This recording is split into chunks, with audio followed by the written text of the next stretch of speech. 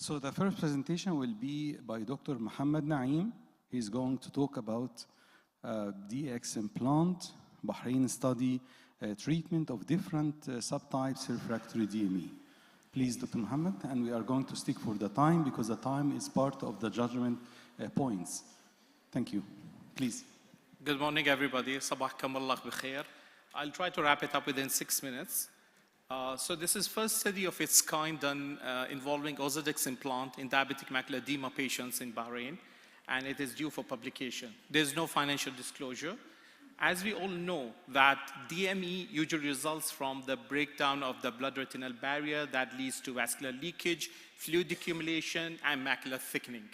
And it is the combination of both mediators, vasoproliferative that get released from the ischemic changes, and the inflammatory mediators. That's why you got both anti-VEGF and steroids effective in the treatment of DME. I will not go into the details of the inflammatory cascade. So there's a paper that has been published. It tells you the different morphological features of DME as described by the OCT. So majority of the DME subtype that was seen in that paper was the diffuse retinal thickening, as you can see in the, and somehow this pointer is now working, okay. And the second is about 20% cystoid macular edema, and then you got a serous retinal detachment where you got a fluid underneath the retina, and then 10% made up of the mix. But these are the percentages seen in that paper. As you will see in Bahrain and maybe in the Gulf population, the subtype which are most common, they might differ. These morphological subtypes considered a good prognostic factor in the treatment effectiveness of the DME. So objective of the study was to evaluate the effect of the implant and measure the central macular thickness and best corrected visual acuity in patients with different subtypes of DME who were refractive to the treatments such as anti-VEGF, and they were followed up for a period of 6 months. So it was a retrospective study done in a single center, and this is the biggest tertiary government hospital in Bahrain. According to the appearance of the DME on the OCT images, patient was subdivided into 3 groups: diffuse retinal thickness, cystoid macular edema, and subretinal fluid or serous retinal detachments. And the implant was injected using standard protocols, and the patients were followed up for a period of 6 months. It included all diabetic patients, center involving DME as per the criteria of the ETDRS, and all these patients were not responded or partial responsive to the previous anti-VEGF, 3 or more. And these are the criteria of the non-responsive. All those macular edemas, other than to the diabetic macular edema, were excluded together with macular ischemia, any previous history of surgery within 6 months, together with the use of systemic steroids, and other ocular conditions such as glaucoma, cataract, and uveitis. They were excluded, or any patient who had lost follow-up. So these were the basic characteristics of the patient that were included in the study. You will say there were about 26 patients, and the mean age was 61. Male were more predominantly seen. Both eyes were roughly equally involved. And in our study, if you see, the majority of the patients, or like the 50% of the patients, were about the cystoid macular edema, followed by diffuse retinal thickness, and the least common was the subretinal fluid. The mean visual acuity was 20/100. The mean retinal thickness was about 450, and all of them had the previous injections of about mean of 5.5. After the injection, when they were followed up from the baseline 2, 4, 6 months intervals, we could see that initially after the 2nd month, there was improvement of 11 letters, and as you expect, the efficacy of the drug declines. The improvement of the letter also declined. Usually, theoretically, it takes about 6 months, but in the clinical practice, all retinal surgeons would agree that it takes about 3 to 4 months for the clinical efficacy to decline. 70% had gain of more than 5 letters, whereas 55% had gained then more than 10 letters at the end of the 6 months period. And if you look at the macular thickness, we started with a mean thickness of 450, and that decreased quite significantly at the 2nd month period, with slight increase the period thereafter. So we can see in the first 2 months, there was about more than 30% decline in the macular thickness, and by the end of the study, there was more than 25% of the decline. If you look at the median change in the best corrected visual acuity macular thickness, according to the DME subtype, we can see that cystoid macular edema and the subretinal fluid, they had the most improvement together with the most reduction in the macular thickness, and the least effect was noticed in the diffuse retinal thickness. One of the reasons that can be attributed to, because to start with, the people who had cystoid macular edema, they were more common and they had the higher thickness of the macular fluid, so they had more to lose with the treatment. Recurrences were noted in about 68%, and we expect that because our mean thickness was quite high, so we expect the recurrences to be high because you'd never recover from just one Ozurdex injection. And if you look at the recurrences, they were seen in about 42% of the cases. But this is what matters. If you look at the recurrences according to the type of the DME, would see the majority of the recurrence, about 50%, is in the cystoid macular edema, and followed by subretinal fluid, and the least recurrence was in the diffuse retinal thickness. And this quite goes with that you got the best response from the cystoid macular edema, but at the same time, the recurrence is quite high. The limitations, it's a retrospective study, limited number of patients, follow-up period was quite short, I couldn't do much more than that.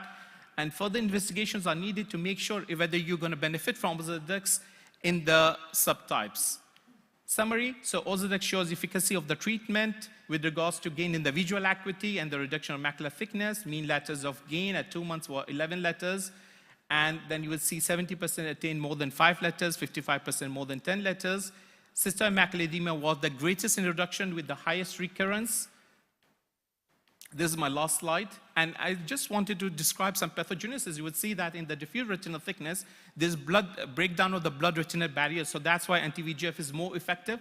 Whereas in the cystoid macular edema, you will see there's swelling and liquefaction of the Muller and bipolar cells. So the steroid is very helpful in reducing the size of that bipolar cells and increase the conductivity between the inner and outer retinal layers. Whereas in the subretinal fluid, you will see there's a breakdown of the external blood retinal barrier. There's more predominancy of inflammatory mediators like interleukins and hyperreflective foci on the OCT. That's why they have a poor response to anti-VEGF and might do better with the steroid. So Ozurdex implant is very effective in the refractive cases which have not responded to the anti-VEGF. Benefit was greater in the macular edema and subretinal fluids despite high recurrences, and that may be attributed to the presence of more inflammatory mediators. And thank you so much for listening. Thank you, Dr. Muhammad, for your presentation. The judgment? Questions?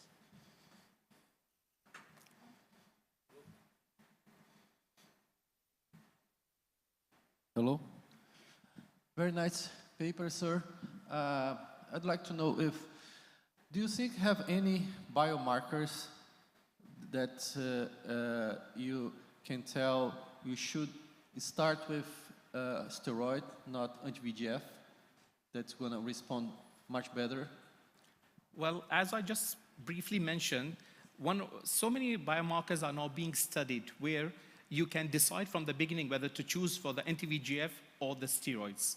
But my study doesn't involve those biomarkers. It is mainly on the clinical presentations.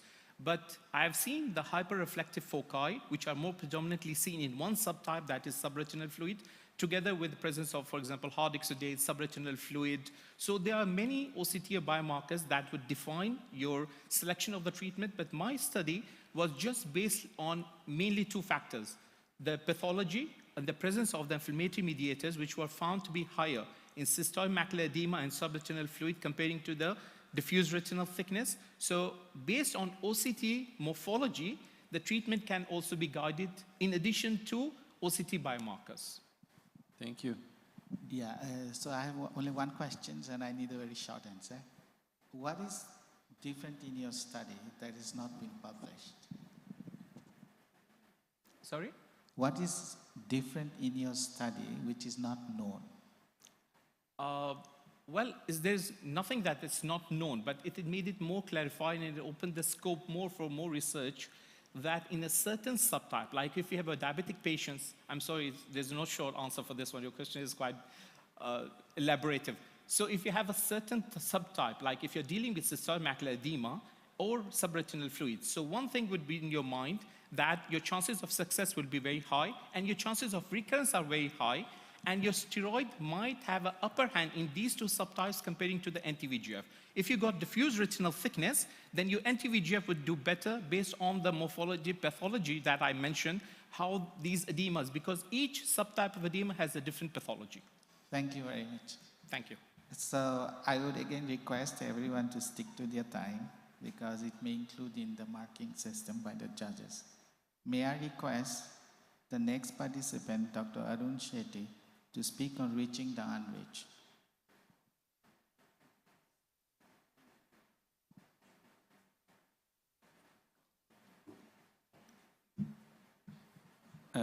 Each speaker is going to find the time in front of him in the screen. So he should look for the screen because the time is part of the judgment points. So the time is going to come in front of you. Thank you. Thank you very much to the organizers and to the panel for inviting us to make a presentation. This is the journey that our family took when we started our practice in 1990 to do our practice in New Delhi along with the community work. So basically we started a small trust and we saw our first patient under a tree because we had no infrastructure and we started helping the poor with the restoration of their sight. So as you can see that these are the basic 4 areas that we work on. And the idea is to do simple things that make dramatic lifestyle changes by providing comprehensive eye care. So our project is different from the rest, that we don't focus only on cataracts, but we also do super specialities. So as you can see, it works out of a very interesting system. We have a base hospital, we have a school screening program, we have a villages outreach program, we have satellite centers, and we have mobile ophthalmic units. Now, in the pre-COVID area, we used to go into the villages and have an outreach program, and we would screen them over there by advertising, telling them that we're having the camp there, and then we would screen, and those who would require glasses or medicines were given on the spot. The rest were referred to the base hospital. As you can see, we would do a complete checkup. And these are the various villages in our district of Gurgaon that we covered under various corporate social responsibilities. Then came the Netra Jyoti Abhiyan. This actually means in English, a project to eliminate curable blindness. So these are the vans at the hospitals in the background. They started becoming more aggressive, reaching out to more and more people. We could start examining them in the van, and then that way we were able to go to many areas where we didn't have infrastructure. You can see our doctors, Dr. Weber, Dr. Aditya. So every member of the senior faculty had to take part in these programs like they do in Arvind or LV Prasad. We launched a very extensive school screening program called the See, the Learn. Under this, we were able to train the teachers and then personally go and screen the students and provide them free classes where required in government schools, and we covered 65,000 students over 2 years. So the school screening program sees cover 60,740 and 6,890 free spectacles were discovered. Now, these are the satellite clinics we run in a temple. We had one in a mosque. We had one in other areas, a vision center, which we had to shut down. And we have been reaching out to the patients in these centers, providing them service and bringing them to our base hospital approach. These are the government primary health centers with which we work. And you can see that over here, across 12 PHCs, the patients were coming and identified for eye checkup, diabetics, hypertensive, and our team goes and screens them. In the post-COVID area, we started the Vision Center concept, where it's sponsorship, and we started providing, waiting for the patients to come in from the surrounding areas in Jharsa, and started providing them services, and then those who required were referred to our hospital. And as you can see, we have a cross-subsidy model in the hospital. Nearly 70% of our outpatients are treated free in the mobile camps. We have a nominal charge for the poor on the floor below, and the balance 30% helps the institution revenues for operational expenditure. Most of our capital equipment has to come through grants as we don't generate enough funds. So we can show you the interiors of how we have the paying patients, the optical shops. The second floor is the super specialty where we have the glaucoma, pediatric ophthalmology, vitreoretina, and all our doctors are trained either at Arvind, LV Prasad, or internationally. So these are our diagnostics area. This is our OR wing where we have the autoclave, the operation theaters. Then even our charity wing is very clean, wholesome, provides services. So we hold a lot of international ophthalmologists. We had Senator Mitt Romney visit us before COVID. And we have had a lot of doctors from the Middle East. And we had targets, so we have now covered nearly 1.7 million patients. And more than 53,000 sight restoring surgeries have been done. More than 95,000 pairs of spectacles have been dispensed, and over 77,000 patients have received free medicines. So in our philosophy, the only thing worse than being blind is having sight but no vision. So if all of us join hands together, we can do a lot for the needy in our countries and do our practice on the side, and we develop professionally as well as sustain the community. Thank you very much.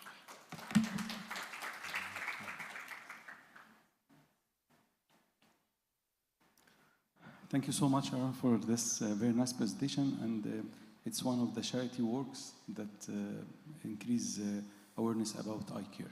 So what do you think you are making different than other works? Because I know that in India, there is a lot of things like this.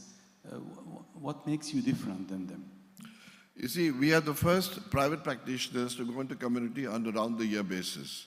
So we were having a practice. I'm a second-generation ophthalmologist. My son is a third generation. And we felt that the community could not access our services because of limitation of money.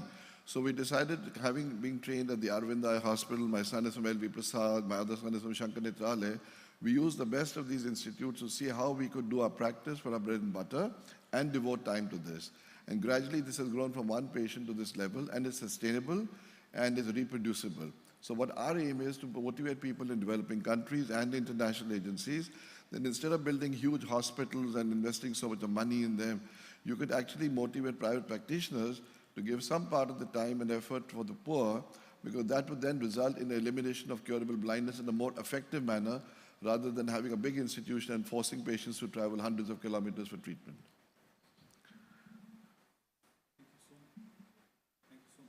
Any other questions? Thank you. So we still have 4 seconds to go. So we are going to the third presentation. I'm happy to present Dr. Noha Al-Fayoumi from Syria. She's going to talk about new philosophies regarding glaucoma treatment. Please, Noha.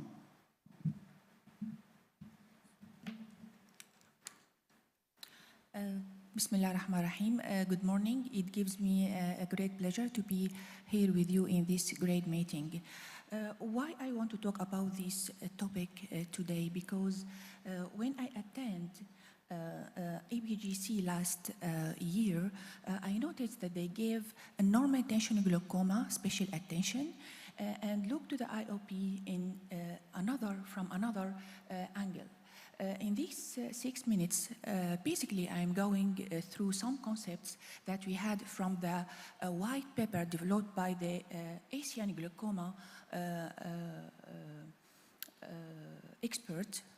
And the focus was on moving away from the quantity of the IOP to the quality of the IOP. It's new expressions, and really it's influenced and changed the way I deal with the IOP and improve my practical practice in the management of the glaucoma patient. I would like to share this with you, and I hope so it's benefits for all of us. Underlying glaucoma treatment philosophy, the best definition for the glaucoma is the optic neuropathy disease, but also it's asymptomatic and chronic, usually comes as a surprise, the diagnosis, when visiting for other problem. And it's until now scary, and the fear of blindness present, whether with a doctor, whether with a patient or the patient's family. When we look to this cognitive aspect, we have to look at what really happens when the diagnosis of the glaucoma happens. There is sharp drop out of the quality of life than we presumed, because the visual disturbances that related to the certain ocular surface disorders. When we look to the target IOP definition, we have not to look only on the IOP number or optic disc or the visual field, but also we have to look to the patient's quality of life. The consensus is that the risk of the therapy should be balanced against the risk of the disease progression. All of us know how the method for the calculating the target IOP, but glaucoma is really not a number game. We have to focus not only on the IOP peak and fluctuation, optic disc or visual field or NFL, but also we should consider the quality of life cost, the drops out rates, and the compliance and adherence rates. We should also consider that the drops will not work if the patient don't use them. This is regardless of what you choose. There is a high early dropout ratio after the start of the treatment, and this is related that your treatment causes a lot of problem to the patient. Also, we consider that we start to treat the patient and not the IOP. So guidelines recommended assessing the patient as a whole and individualizing the treatment. Treatment should be providing effective IOP reduction, but effective IOP require the patient cooperation. And two important things to the patient to listening to you are the safety and the tolerability of your treatment. When we look to the matter at a holistic approach, we have to look to the IOP in different light. We need something tough on the IOP, but gentle on the eye. So we have to look to the quality of the IOP rather the number of the IOP.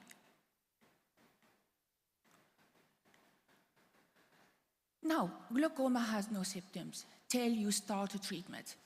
What the price have the patient to pay per 1 millimeter IOP reduction?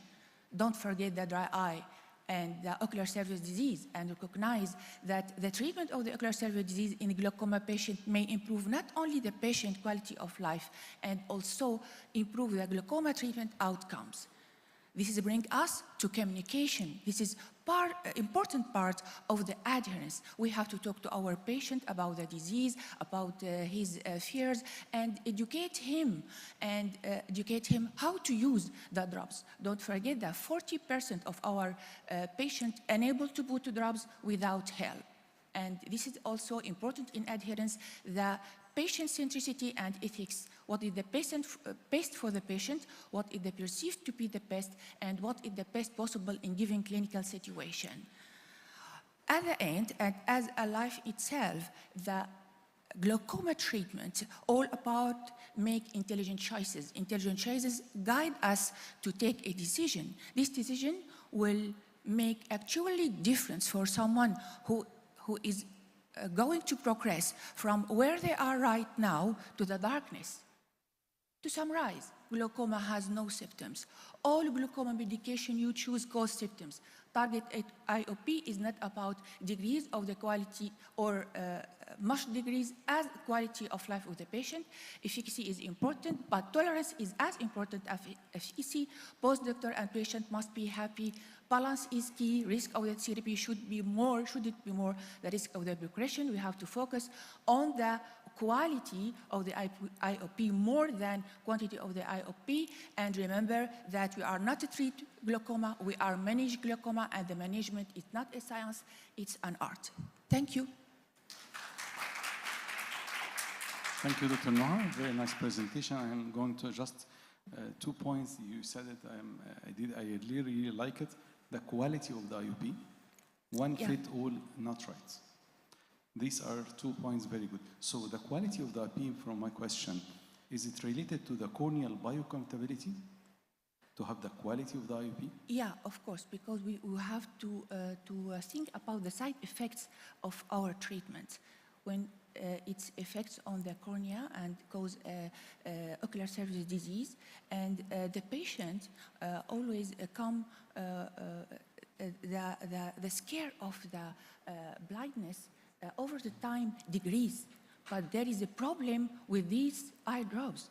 So when we give him a lubricant, they stop using the glaucoma medication and still using the lubricant because they feel it's good for him. Okay, and if we said that one fit all is not right, so what can we say instead? What? If it's one, this glaucoma patient different than each other, so you cannot choose one treatment for everyone. So No, we have to individualizing the treatment to the patient needs, to his life, and also maybe we talk with him about other possibility of the treatment, like maybe if he not comfort with the eye drops, we convert him to the laser or maybe to the surgery. okay, thank you, Dr. Noor, so much. Thank you. Thank you very much.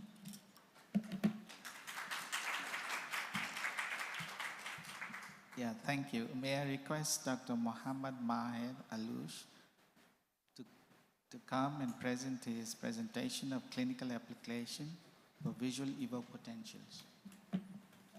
Thank you. Good morning. First, We are highlighting that the time limit is very important in the judgment of the, for the judgment. Thank you. good morning. It's a great privilege to be here with you to talk about a clinical application for VEP, visual evoked potentials, by approaching a case of optic neuritis.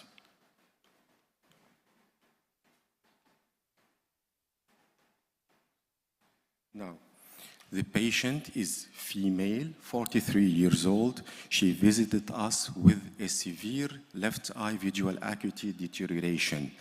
In her history, 4 years ago, she was referred from the ophthalmologist to a neurologist due to another left eye severe visual acuity deterioration accompanied by left eye papilloedema.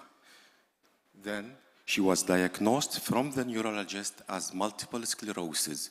She was treated twice intravenously methylprednisolone. Now she is referred again from the neurologist to the ophthalmologist to do the classic ancillary tests for such a case, which are VEP, OCT, ERG, color fundus image, and finally visual field. I usually in these cases start with VEP because VEP needs not dilating pupil. In fact, dilated pupils are contraindication for doing VEP. So I start with VEP and then go to the visual field, and finally I will dilate and continue. Let's remember that VEP is made up of two components.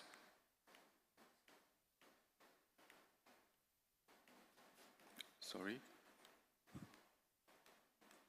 Let's remember that VEP is made up of two components, latency and amplitude. Latency, which is measured with millisecond, and amplitude, which is measured by microvolt.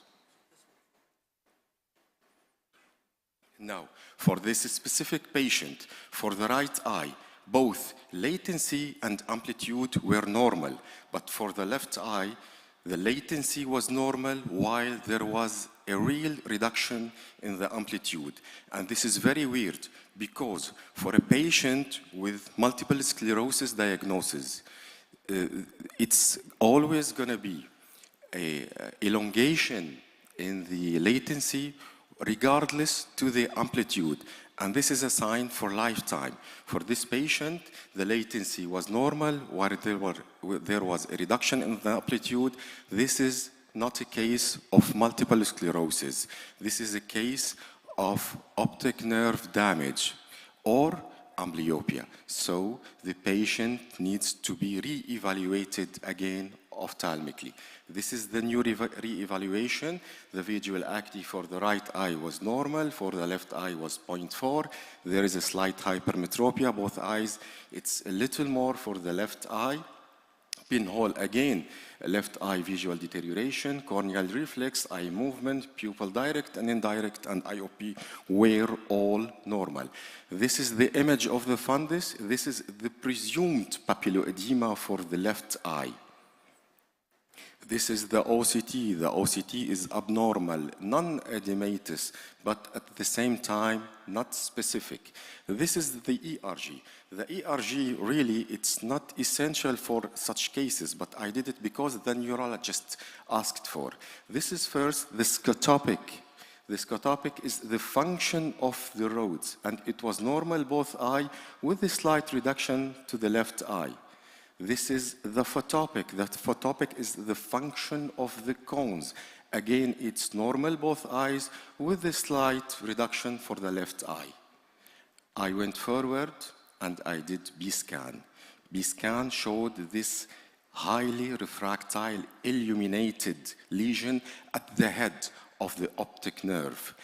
And it's still shining even though if we decreased the frequency of the B-scan. This is characteristic for optic nerve head drusen. We can confirm it with CT scan. So the case was really optic nerve head drusen. It was not a papilloedema.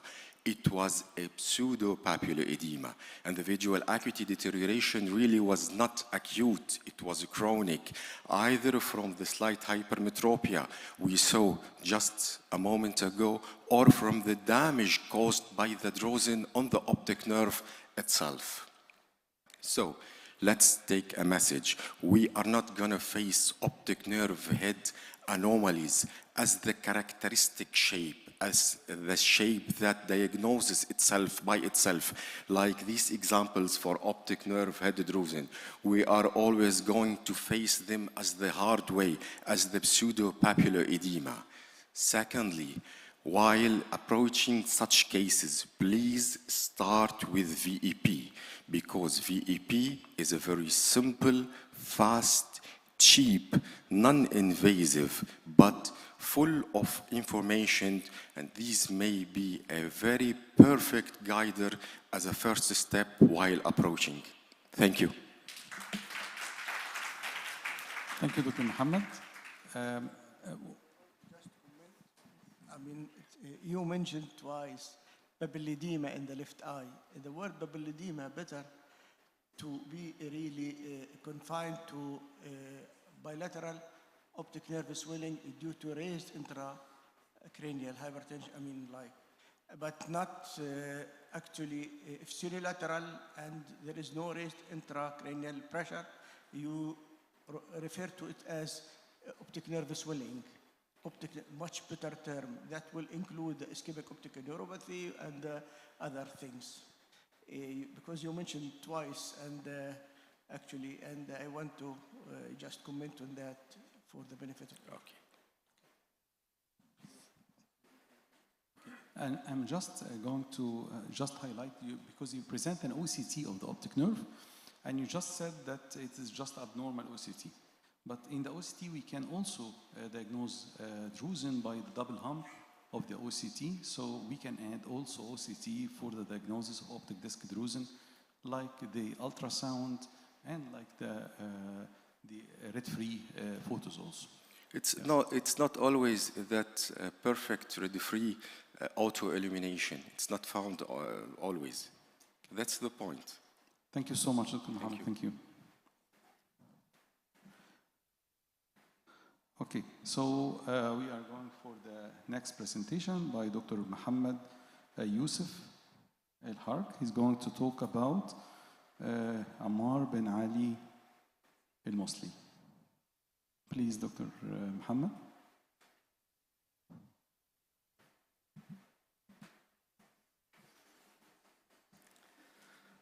Assalamu alaikum wa rahmatullahi wa barakatuh. In my lecture now, I want to focus and prove that some idea and some procedures was in the past by Arab civilization. Now I want to speak about Ammar bin Ali al-Mawsili and his book Al-Muntakhab.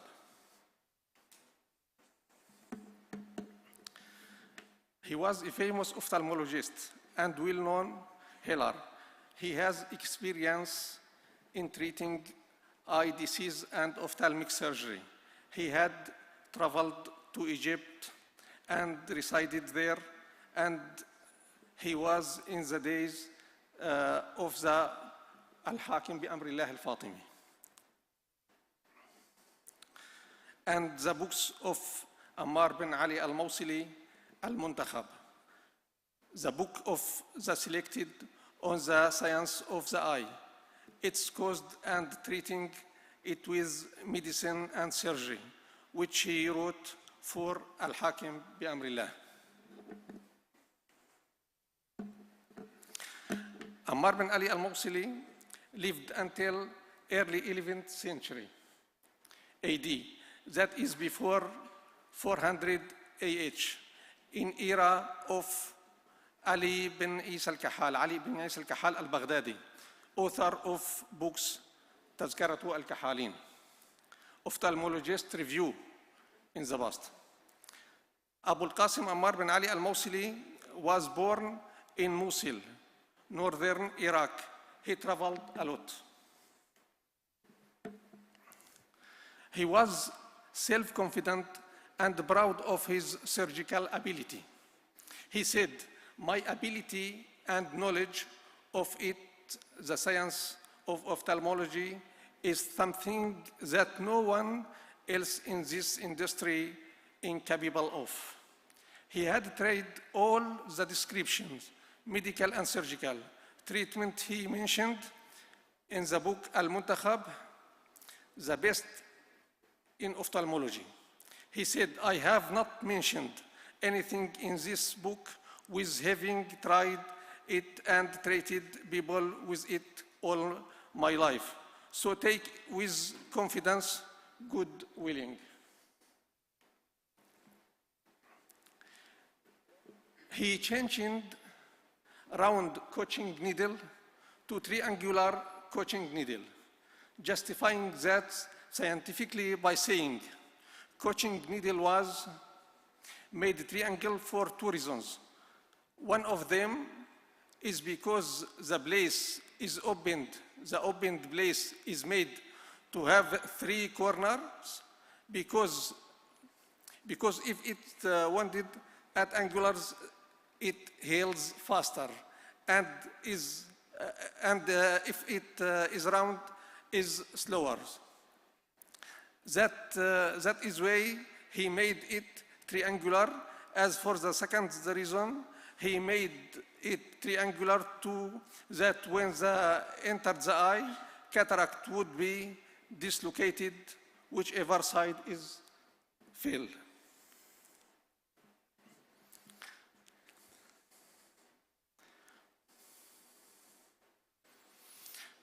He said about triangular coaching, and this coaching needle has never been used before me by anyone, and I coached patients from Egypt, and I am describing how I prepared it. He mentioned equalities of skills, surgeon, by saying, "Here, the doctor who performs eye surgery needs to be able, and he needs the sharpness of his vision and the stability of his hands against trembling."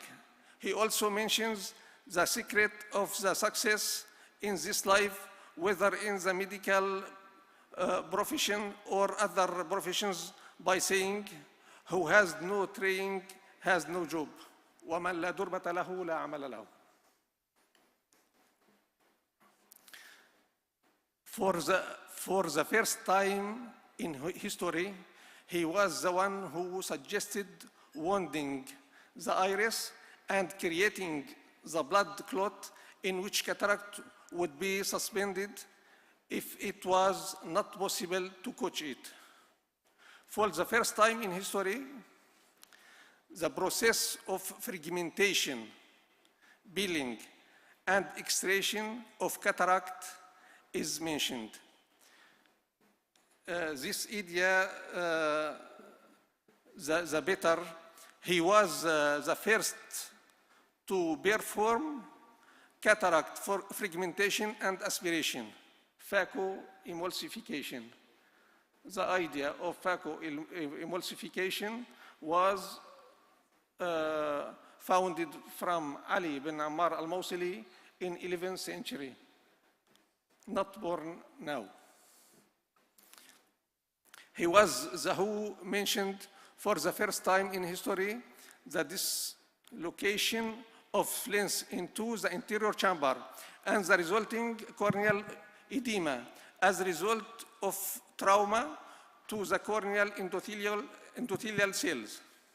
He was the first to use the expression pupil instead of uveal hole, which was common before his time and until a long period after his time.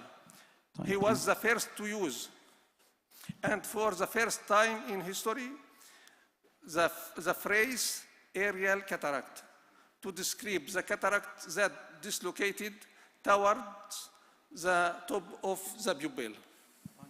Time, please. Time. It's time. It's time, yes. Two pictures. Okay, but, okay. This picture show coaching cataract by a round or triangle coaching needle. And this picture to show holding coaching needle physician and assist him.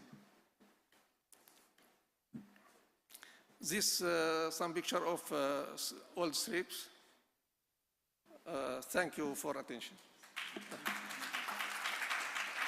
Thank you, Dr. Mohammed. Thank you so much. Yeah, thank you so much for your presentation. So now may I request the next presenter, Dr. Anupama Janardhanan, to speak on customized augmented Kastenbaum Anderson surgery, a novel technique for infantile nystagmus with large abnormal head posture.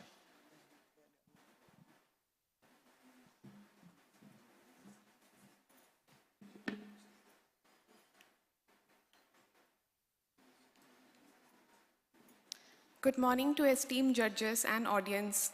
It's a pleasure and honor to be here. Today I'll be talking about a topic that causes severe visual impairment. Very difficulty it is there to understand it. So let's see how we can help in understanding it better. Our study was customized augmented Kestenbaum Anderson surgery, in which we used a novel technique for infantile nystagmus with large abnormal head posture. Going back in time, there are various methods which we use to evaluate the nystagmus clinically and record it. From EOG to video nystagmogram, we've come a long way. Same applies to the surgeries. From the gold standard Anderson Kestenbaum recession resection, we have come to tenotomies and divergence surgeries. Let's see what role we played. And this particular point has brought to our research questions. Can cervical range of motion, which is one of the tools that we've used in our study, be used to evaluate abnormal head posture?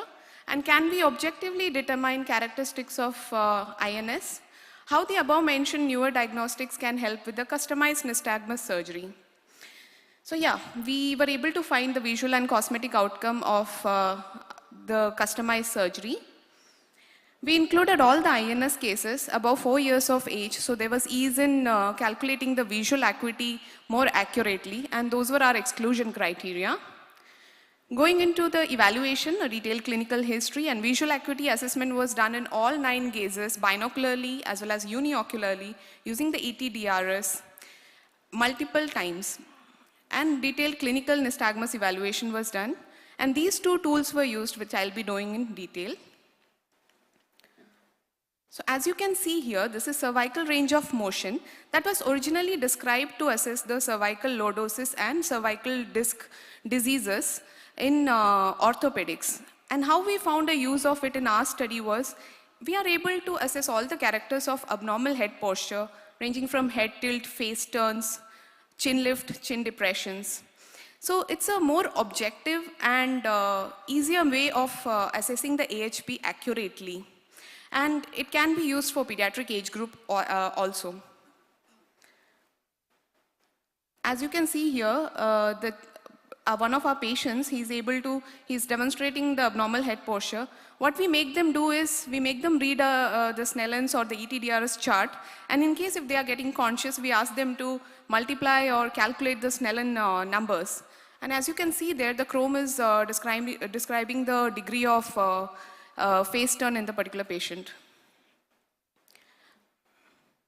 This is one of our patients right before the surgery, where by using the bilateral prisms and the required surgical dose, we assess whether the surgery will bring an improvement in his AHP. As you would see, after placing the prism, there is significant improvement in the AHP.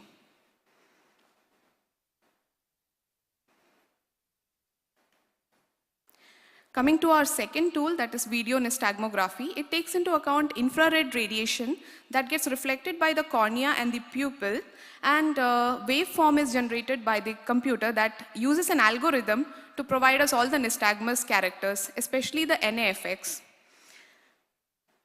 The recordings are in this way. The slow phase is depicted by blue and the fast phase by green.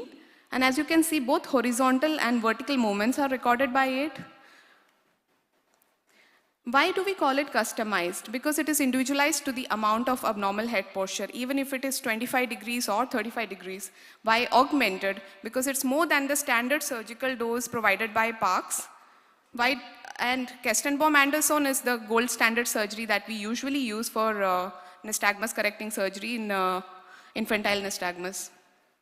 So all the 12 cases summarized. As you can see, a couple of the cases under magnitude, couple of the cases had 25, 35 degrees also. So they were corrected accordingly with the percentage of augmentation that was used. So in all, there were 12 patients. There were a couple of systemic associations that we found, like oculocutaneous albinism, achromatopsia, hypothyroidism. Moving to our results, there was a significant result in abnormal head posture. However, the visual acuity just showed qualitative improvement. It was not statistically significant. NAFX, which is the function of foveation period, basically it is the motor component that on correction with the surgery, we are able to find out how it is going to benefit the patient. So this showed a significant improvement in all the 12 patients.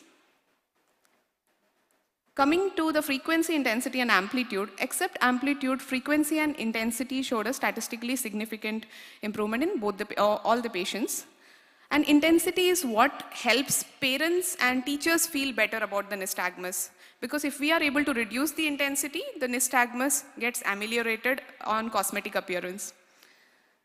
Stereopsis, however, did not show much of an improvement, but there was a qualitative improvement which goes a long way owing to the fact that it will help them occupationally. And there were no limitation in induction even after doing such extensive surgery. Now, what did we know? We knew that long-lasting outcome may be questionable. However, in our 20 months follow-up, all the patients were well maintained and were within 10 degrees of abnormal head posture. And NAFX found out through the video nystagmogram was the main aspect which we were able to find positive outcome in. For abnormal head postures, protractors were used. However, with the use of chrome, we were able to see it more accurately. Our study does have limitation. It has a larger sample size. We will need case control to validate chrome. So together, using both this, we have no surgical surprises, a satisfied patient, and happy parents. And this will definitely provide new insights to nystagmus amelioration. Just to give a brief insight, what do these nystagmus patients see? And post-surgery, how their central vision becomes a little better. So this is a child who was denied admission in school. Just one slide.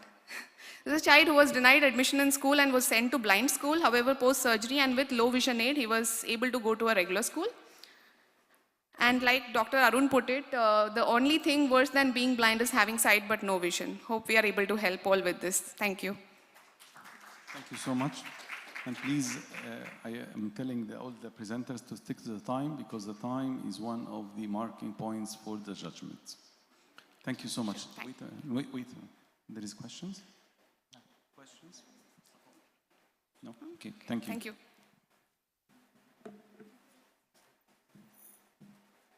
So we move to the next presentation. Dr. Reena Sethi from India. She's going to talk about managing refractive surprise after cataract surgery.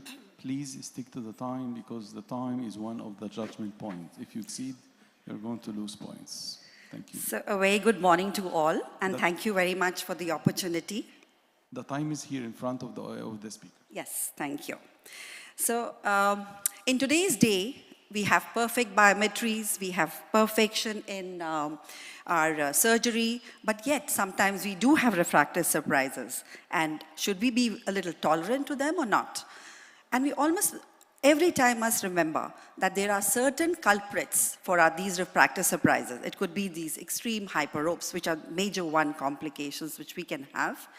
These could be the large axial length eyes, or could be where, your biometry has failed because it was a very dense cataract and there was very low SNR.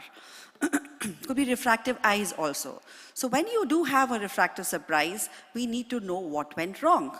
Was it the biometry? Was it the incorrect formula we used? Was it the incorrect entry of the data that we did? Did we not use the right IOL? Or was the placement of the IOL incorrect? Or was it just because of some other problem in the retina? So we'll go through a couple of situations. The first situation, the patient was operated for a cataract surgery with a monofocal IOL implantation. It was an uneventful cataract surgery, but the first post-op day, patient had 6/60 vision. The cornea was okay, but not that much of an inflammation, but patient was lost to follow-up. Patient comes back. There is a IOL surprise, there's a refractive surprise. The post-op refraction is 2.25 diopter spherical. Now what do? It was a wrong IOL. So can I have the video, please? Somebody can play the video for me? Yes. So we need to do a situation here is that the IOL has to be explanted and another IOL has to be put in this situation. Can I run the video? Yes. So we need to put in a good amount of viscoelastic, and as the patient has come to us, we need to revisit the same incision site with the similar, we do not need to extend with this type of procedure. Release the anterior capsule all around 360 degree very gently with a lot of viscoelastic. It has to be released because could be some fibrosis, which especially at the optic haptic junction, we have to very carefully, gently putting in more viscoelastic, release this and deliver the haptic, the first haptic into the anterior chamber. Once we've done that, we need to just push the lens out very gently. Every maneuver has to be very gently because we don't need to tug onto the posterior capsule, especially at the optic haptic junction and near the zonules. So once this is in, again put in a lot of viscoelastic, and the technique here which I'm going to be advising is called the scaffold technique, where we need to put in the intended IOL, which we've now calculated for the right refraction, to be put under this IOL and dialed into position. Once we've done that, again put in a little bit more viscoelastic, hold the IOL, and we need to cut this IOL and again deliver it out so that there is no, this is going to be the end of the procedure. We can cut it into many pieces as much as we require, and through the same incision, these pieces are delivered out. So this is an animation which they can run again for me, please, the video. An animation where we put in the viscoelastic and we take out the lens through the from the bag out into the anterior chamber, and the intended lens is put in, and this lens is held with one forceps and cut into smaller pieces so that we can deliver it out to the same incision without extending it or causing any toricity increase. So this situation was sorted out, and the patient on day 5 had 6/6 partial vision with a good refractive result. Now, the tip really important is biometry. We need to know that if we have a proper immersion biometry or we have an optical biometer, how to use it, never to over-indent the cornea so that you don't get these refractive surprises like we did in our last case. Now, this is a second situation. One of the situation where there's a post-LASIK patient, again a refractive surprise. This again, the lens has to be taken out in a similar way, and we get back the refraction, but the post-operative surprise is not there. Then we need to have a proper corrected vision, which is the patient got a 0.50 at a 0.50 90 degree, which was quite a acceptable refraction for the patient. So keratometry is very important. Corneal surface is very important. So as you need to see that that the dry eye component is dealt with before you do the biometry, and always do both the eyes and measure them together in a better way. Now we have better biometers with better optical biometries because of these formulae. The Barrett's formula usually runs for all. We have the Keynes formula, which we need to calculate otherwise. So this is another situation. This is an interesting situation. Two sisters decided to get their surgeries done on the same day.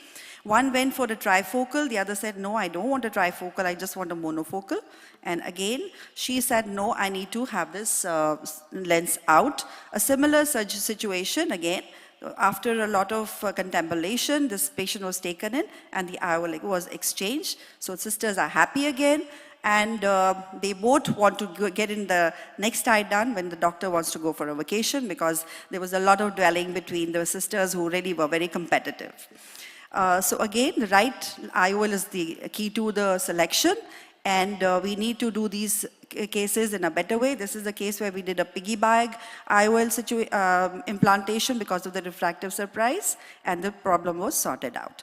So be very careful. These cases can be done very well with proper viscodissection, and the IOL has to be put into the scaffold technique. Thank you very much for your kind listening. Thank you so much, Dr. Sid. Dr. George, Dr. Safa, any questions? How many patients you did this technique? Just one, or have a series of cases?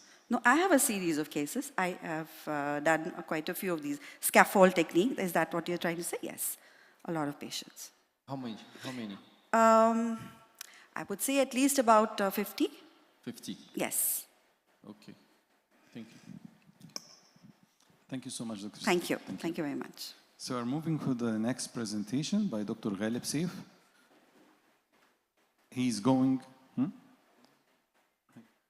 to talk about Demodex, the enemy behind our lines. Good morning and thank you. So my presentation will be about Demodex, the enemy behind our lines.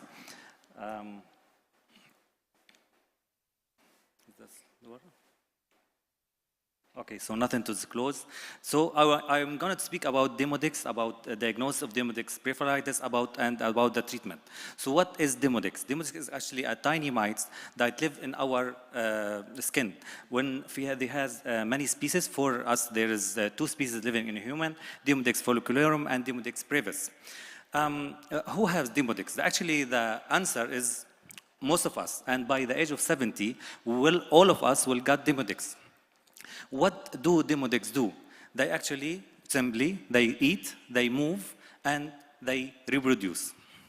And they have a life cycle of about 3 weeks, and this is very important to know when we plan for our treatment strategy. They will do all of this during the night, so they are friends or enemy. I think they are enemy, because whenever there is a suitable circumstances, they will cause diseases like blepharitis. So how will they do Demodex blepharitis? So as you can see, the Demodex will reach our eyelids from the adjacent face skin, and the Demodex follicularum will attack the follics, the hair follicles, and the Demodex brevis will attack the meibomian gland, in which each of them will feed from the oily material, the sebum in the follicle and the meibomian in the meibomian gland, and then they will reproduce, causing effect and damage for the follicles and the gland. They will cause a physical damage. They will occupy the gland and the follicles and cause hair follicle damage and meibomian gland blockage. They will cause hypersensitivity, inflammation response, and immune stimulation, and they will carry the bacteria on its surface and cause more inflammation, and this will end up with anterior and posterior blepharitis.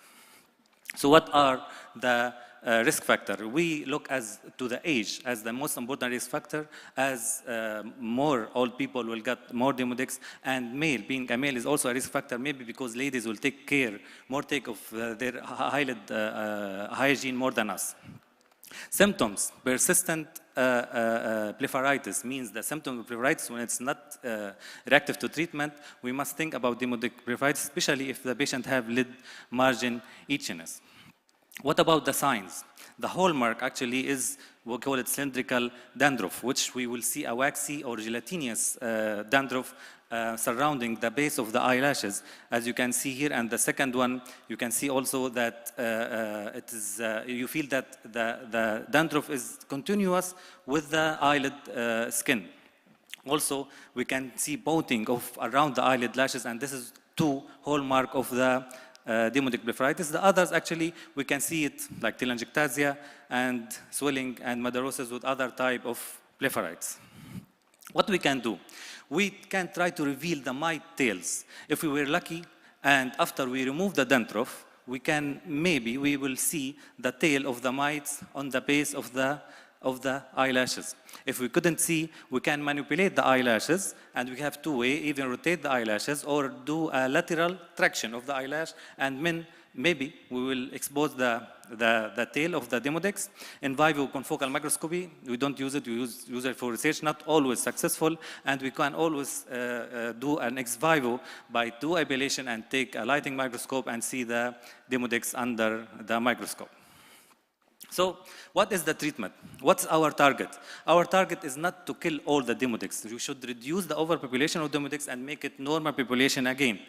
The general treatment like lid hygiene and lid scrubbing will help for sure, but it will not be enough because we have specific treatment. On the top of them is coming from Australian Melaleuca alternifolia, which will give the tea tree oil, which actually has antimicrobial properties. One of the most important things is that it's toxic to demodex, but it's caused some irritation, so they take from it the most active component, the tryptophan, T40, and make wipes and foams, and we can use this to scrub the eyelid twice daily, and we can use it minimum 3 weeks up to the cycle, but it must be recommended up to 6 weeks. And now we have a superhero, the first FDA-approved eye drops, Otilenar ophthalmic solution, 0.25%. It will paralyze the demodex, causing their death. Antiparasite, ivermectin with antibiotic was treated also, not more anymore because we have more specific treatment. IBL, a huge benefit regarding dry eye. One of them is that to reduce the load of demodex mites. So, my take-home message today, we have to always know that demodex is common, especially among all people. This is a reminder about demodex triple trouble. It will affect by physical damage, hypersensitivity reaction, and being a vector of bacteria. We must always look for the hallmark signs like cylindrical dandruff, and don't try to look for demodex for people if you don't suspect, because all people, if you want to find demodex, you will find demodex, but it will not be the cause of blepharitis. And this is a reminder about lid hygiene, topical treatment of the treatment of demodex. And thank you very much. Sorry for the fast, because I have to stick to the time. Thank you very much. Thank you so much. Thank you for your presentation. Thank you. Okay, let's go and have a question. Good morning. Thank you for your presentation. I just want to ask you if you have any experience regarding the treatment, the oral treatment by metronidazole. Oral? Yeah. Oral metronidazole can be helped, but I don't have experience in it. After we have this topical treatment with specific to demodex, all the oral treatment will be less, but the topical treatment will be with the other treatment of blepharitis, yani lubrication, antibiotics, steroids sometimes, warm compresses, and the scrubbing. Yeah.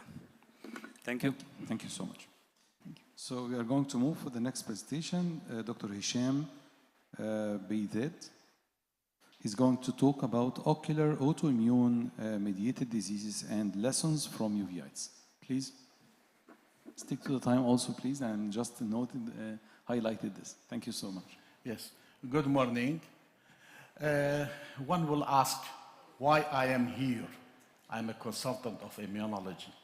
The question will be, I'll change it, sorry. Okay. Alone we can do so little. Together we can do so much. It is the immuno-ophthalmology. So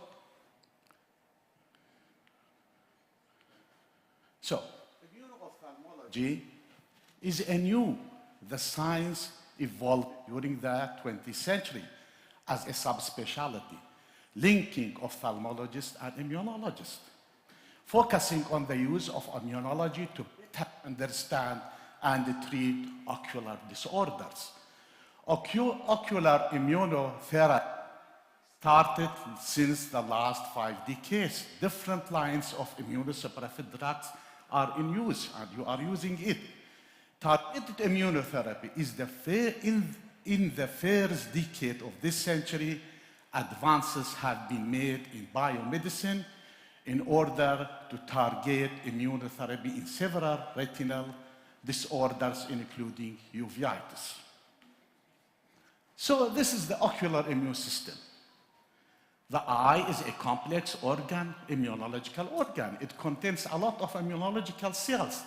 One important thing is that it is devoid of lymphocyte. This is making you difficult to treat many autoimmune diseases in which remodeling will not occur and you will end with scarring. So the eye is a complex immunological organ. So it contains many things contribute to the unique feature of eye disease and their link to allergic response that occur in other organs. Ocular immune privilege, there is a paradigm about this one.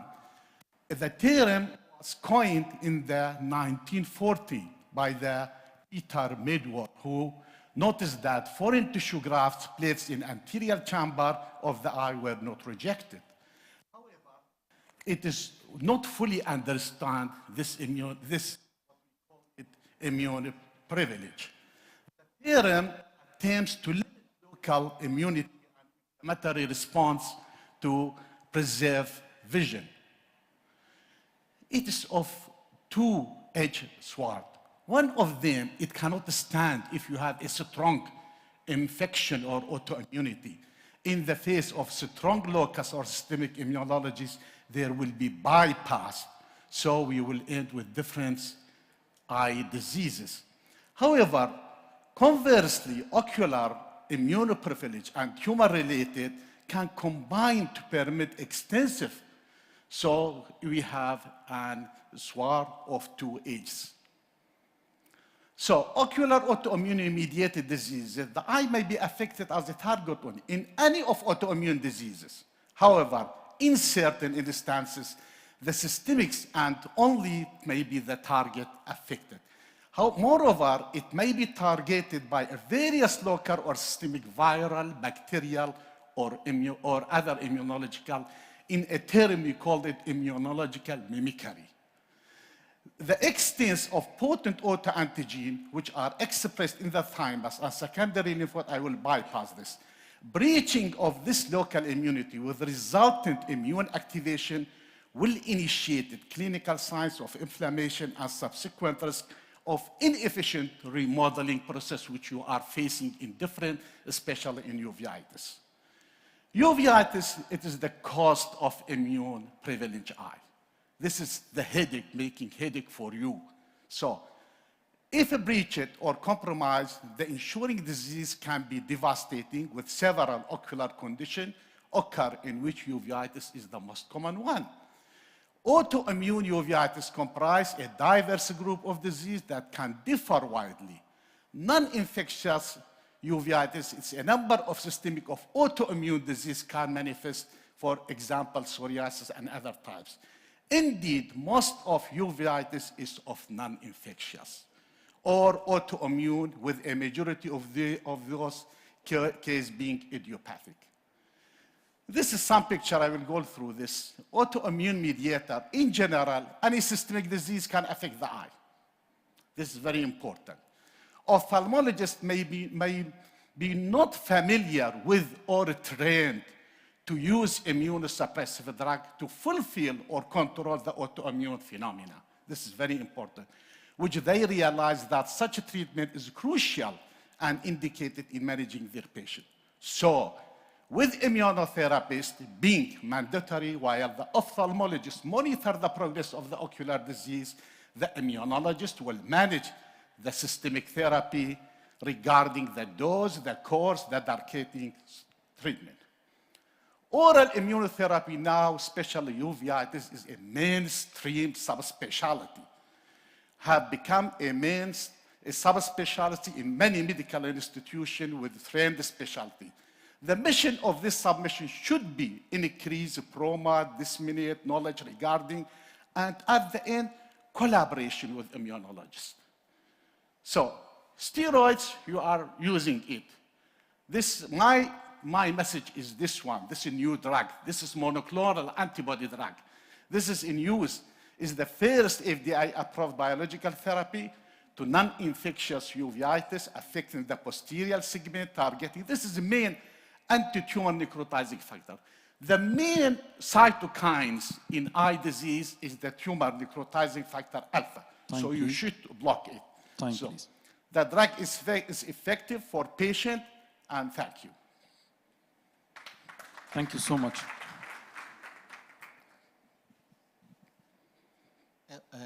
One question for you.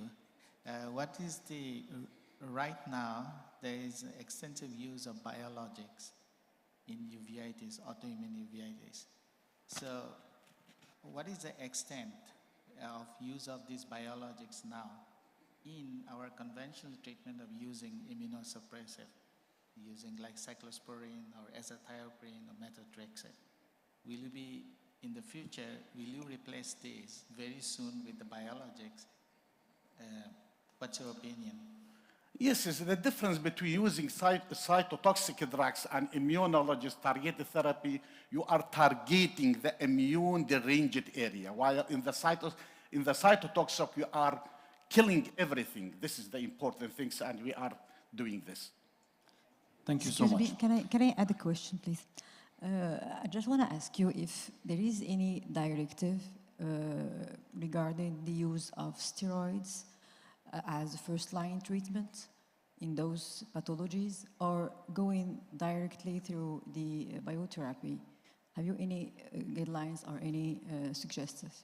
Sorry, I haven't get that question. When we have any inflammatory disease that concern systemic disease with eye manifestation. Yes. If we had the choice whether going through steroids or biotherapy, do you have any guidelines, any suggestion as immunologists? Go through steroids first or directly biotherapy, targeted biotherapy? Yes. I have seen many of my colleagues, ophthalmologists, when they have uveitis, they do serology. And sometimes in our countries or in our locality, toxoplasmosis is too much. Never use anti-toxoplasmosis drugs until you do PCR. This is very important. So local treatment for the eye is better than systemic treatment, because in systemic, you will suppress all the immune system and you will make your patient vulnerable to infectious diseases. It will be bacterial or viral. Thank you so much. Next presentation, Dr. Layla Al-Matoum from Morocco. She's going to talk about the use of markers, the identifying lenticular plans in smile surgery. Please. Good morning, everyone. I would like to thank MEOM for being a part of this great congress. And today I have the pleasure to share with you the use of markers to identify lenticular planes in smile surgery. SMILE, which is performed on VisuMax Phantom laser, involves several key steps. The differentiation of lenticular planes is essential for successful surgery. So as you know, the anterior plane must always be dissected before the posterior plane. If the posterior plane is dissected before the anterior plane, it's more difficult to find the anterior plane and to dissect it. It will increase trauma to the cornea and cause complications. And one of the most serious complications is when any part of the lenticle remains attached to the cap. So for this reason, one must have the expertise to detach it. We can hook the edge of the lenticle at 6 o'clock, as we can see here in this video, or hook the edge at 2 o'clock.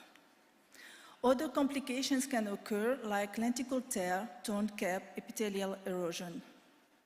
So when can difficulties arise to differentiate the two planes?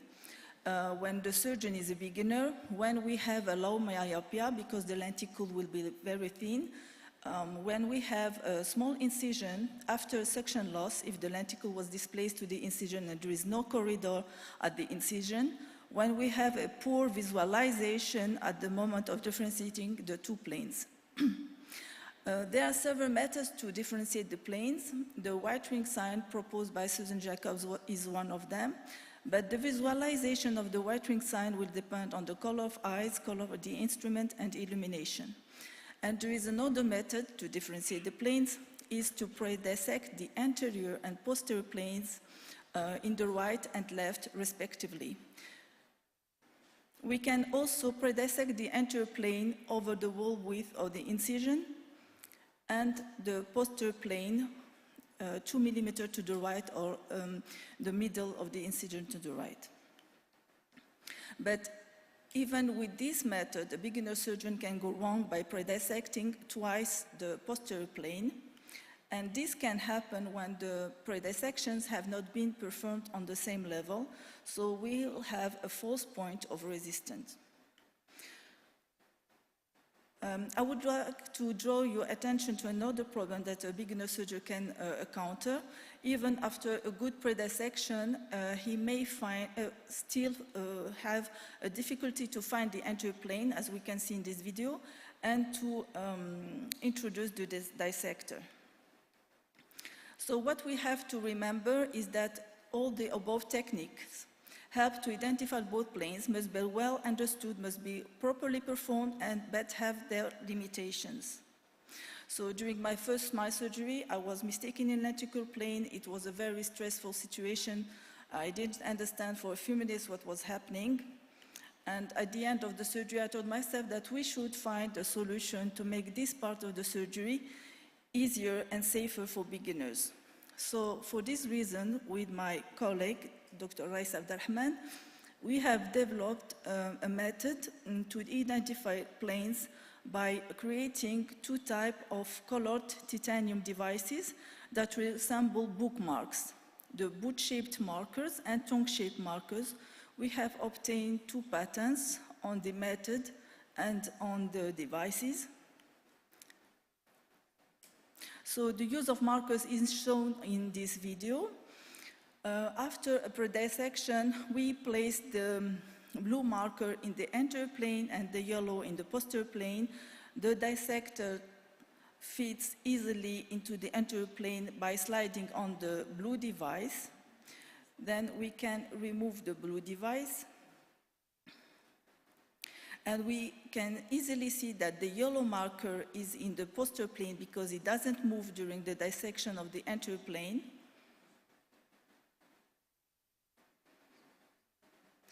Then the dissector fits easily into the anterior plane by sliding under the device.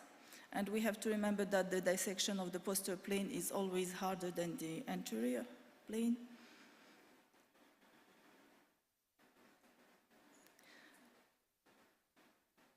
And at the end of the surgery, we remove the yellow marker and the lenticle.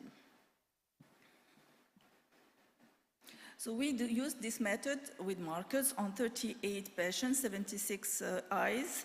The boot-shaped markers were difficult to use because of the big size and the tips that were not rounded. But with the tongue-shaped markers, we have no difficulty to differentiate planes and no complications.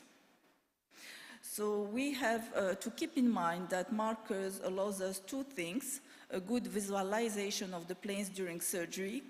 The instrument for dissections fits more easily into the planes by sliding on or under them. So our recommendation is to use 2 devices during the initial smile procedure to learn how to differentiate between the 2 planes. Thereafter, use only 1 device placed in the posterior plane. And once the surgeon has learned to master this technique, he cannot use them at all or in very difficult cases.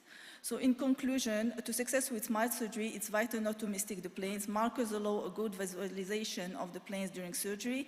The instrument for dissections fits more easily into the planes by sliding on or under them, and the use of markers during smile surgery is a safe and effective method. It helps surgeons, especially during their learning curve, to recognize both planes of the lenticle and prevent intraoperative complication. Thank you very much for your attention. Thank you, Laila, so much. And thanks to Dr. Abdelrahman Rais for the innovation. Just 2 questions. What is the material of these markers? and how you are sterilizing them, or it's disposable? Yeah. So the material is titanium. It's a very thin titanium, about 25 microns, and we can use them a lot of time. We have to sterilize them. Okay. Why I'm asking this question, because these are foreign bodies, and you are putting the spatula above them to dissect. So did you see any patients with DLK post-operative or not? Because you are putting a foreign body, because you are putting the spatula above the marker. So you're taking part of the metal inside during the dissection. No. So there is no DLK post-operative? No. And no inflammation or any changes in the interface? No. Okay. And it is rounded. What is the thickness of the bookmark? The bookmark, 25 microns. 25 markers, okay. Thank you so much. Thank you.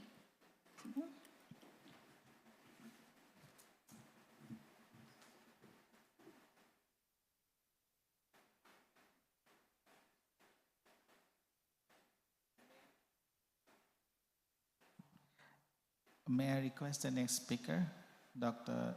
Shamna Kulot, to speak on rhino-orbital mucormycosis.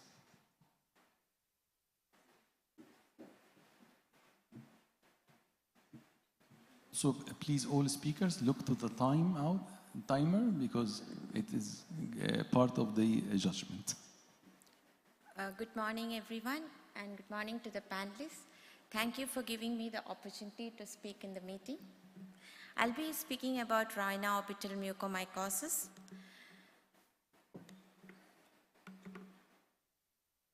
Yeah, basically, this came into, we just started having too many cases.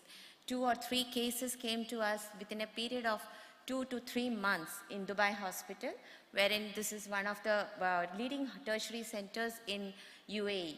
This is a lady, 45-year-old, who presented to us with sudden onset of swelling in the eye with ptosis and loss of vision of 2 weeks duration. She came to the emergency, and the vision for her was, light perception was negative, and she was a known case of diabetes which was uncontrolled. And when fundus examination showed that she had a central retinal vein occlusion with which can be seen in the right side, and also she had grade 4 RAPD. When a CT was done, we found that there was a mucosal thickening of the sinuses, both sinuses, ethmoidal sinuses, also the sphenoid sinus, and there was an orbital abscess seen in the posterior orbit which was inundating the the globe. She was the second case which was seen was within a month. We found that the patient, 25-year-old male, a Pakistani male, was seen in the emergency with 1 week history of swelling of the eye, with again loss of vision and pain, and he gives a systemic history of having lymphoma treated with chemotherapy and radiotherapy. And when the orbit CT was done, we again found that there was thickening of the mucosa, and also there was associated abscess found in the medial aspect of the orbit and also in the posterior aspect of the orbit. Both these cases, we had a high suspicion of mucormycosis. We consulted the otolaryngologist, and as a result of it, he went in for functional endoscopic sinus surgery. And at the same time, biopsy was taken, and we intervened as an orbit surgeon. We drained the abscess, and the patient was much better with antifungal therapy, liposomal amphotericin B. Now, what is rhino-oculocerebral mucosis? Basically, it's caused by rhizopus, mucocuni, and listhemia. It's basically a case of invasive fungal infection, and which is ubiquitous in the soil, and it is an opportunistic mycosis with fulminant course and high mortality. The rhino-oculocerebral variant of mucormycosis involves the facial, orbital, paranasal, and the cerebral regions. Basically, it spreads by inhalation, which causes the rhinocerebral, ingestion, which causes the gastrointestinal, trauma and the disseminated variant are the, as ophthalmologists, we are more concerned about. It basically affects the fungus affects the skin, and through the protein, through the GRP78, it enters the skin, and from there it forms the hyphal forms in the tissues. It invades the blood vessels, causes tissue necrosis, and as a result of it, thrombosis. The hallmark of mucormycosis as such is angio-invasion, and also there is necrosis.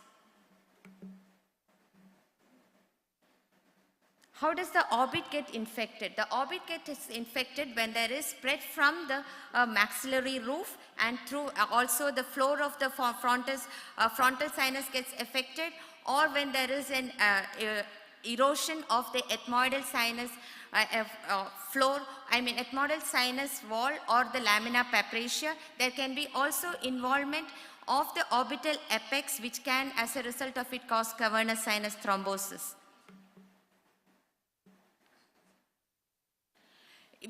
What are the risk factors? Basically, in both of these patients, there was uncontrolled diabetes, and another patient had lymphoma. He had taken chemotherapy and radiotherapy.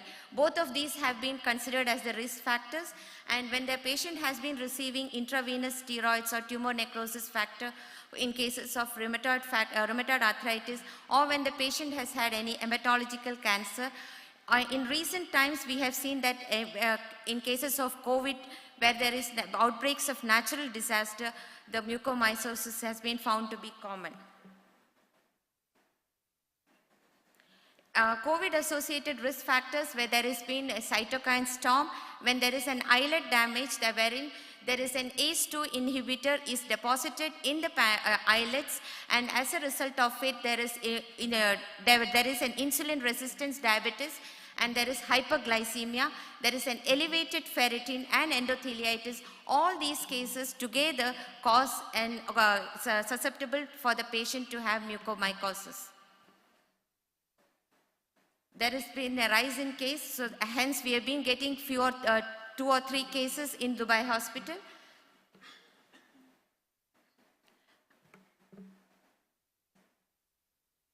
How does the patient present? As presented, there will be unilateral facial pain, retroorbital headache, blackish discharge, and usually an Escher is found in the hard palate, and there may be a diplopia, loss of vision because of optic nerve invasion, or it could be a central retinal artery occlusion in 20% of cases. And the treatment is usually with the... Time, please. Okay, treatment, I'll go back. Treatment is usually multidisciplinary, and usually with the underlying medical condition is treated, debridement of the structures, and the liposomal amphotericin B and postconazole is the medicine which we have here. Conclude, please, because it's time. Okay. Yes. Thank you so much, Dr. Nazir. Is there any questions? No, thank you.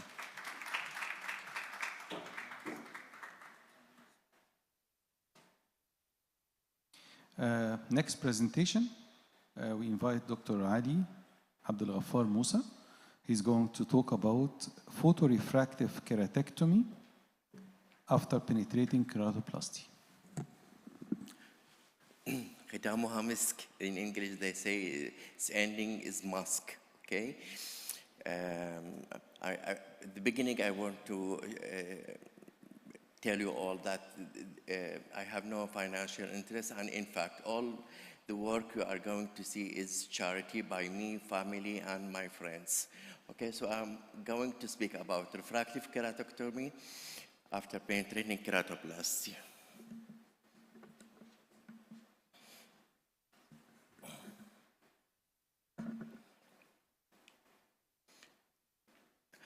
Among the best indications for penetrating keratoplasty is keratoconus, with long-term graft survival rates is compared with any indications. Generally accepted indications are poor visual acuity with contact lenses, contact lens intolerance, and inability to fit or wear contact lenses, and non-resolving corneal eye drops. Although advances in technologies and instrumentations for penetrating keratoplasty, especially introduction of femtosecond lasers, have greatly improved the penetrating keratoplasty results, we see a lot of cases of high refractive errors, especially high astigmatism with high levels of corneal irregularity. Some cases of residual refractive errors and corneal irregularity following penetrating can be managed with spectacles or contact lenses. In our study, the question was to evaluate the safety and efficacy of penetrating photorefractive keratectomy to correct emetropia and irregular astigmatism. So we have 25 eyes post-penetrating keratoplasty with a mean spherical equivalent of about -5 ± 1.5 diopter. All of them underwent customized topography-guided PRK, and we followed them 1, 3, and 6 months after surgery. The result was at least 3 Snellen charms were gained in all eyes from uncorrected visual acuity. Mean refractive spherical equivalent was about half diopter at 6 months post-operatively. We concluded that customized PRK is a safe and effective method, and all patients have undergone PKP at least 16 months before PRK with removal of sutures 6 months before PRK. In all cases have been performed due to presence of keratoconus grade 3 or 4 according to Amsler classification. Significant level of anisoconia was present in all patients, not allowing them to use spectacles. Furthermore, cases, their fraction was stable for at least 6 months after suture removal. And all of them were intolerable to contact lens removal. Both pre-operatively and in each post-operative, we have a complete ophthalmic examination, corneal topography, touch pachymetry, and endothelial analysis through specular microscope.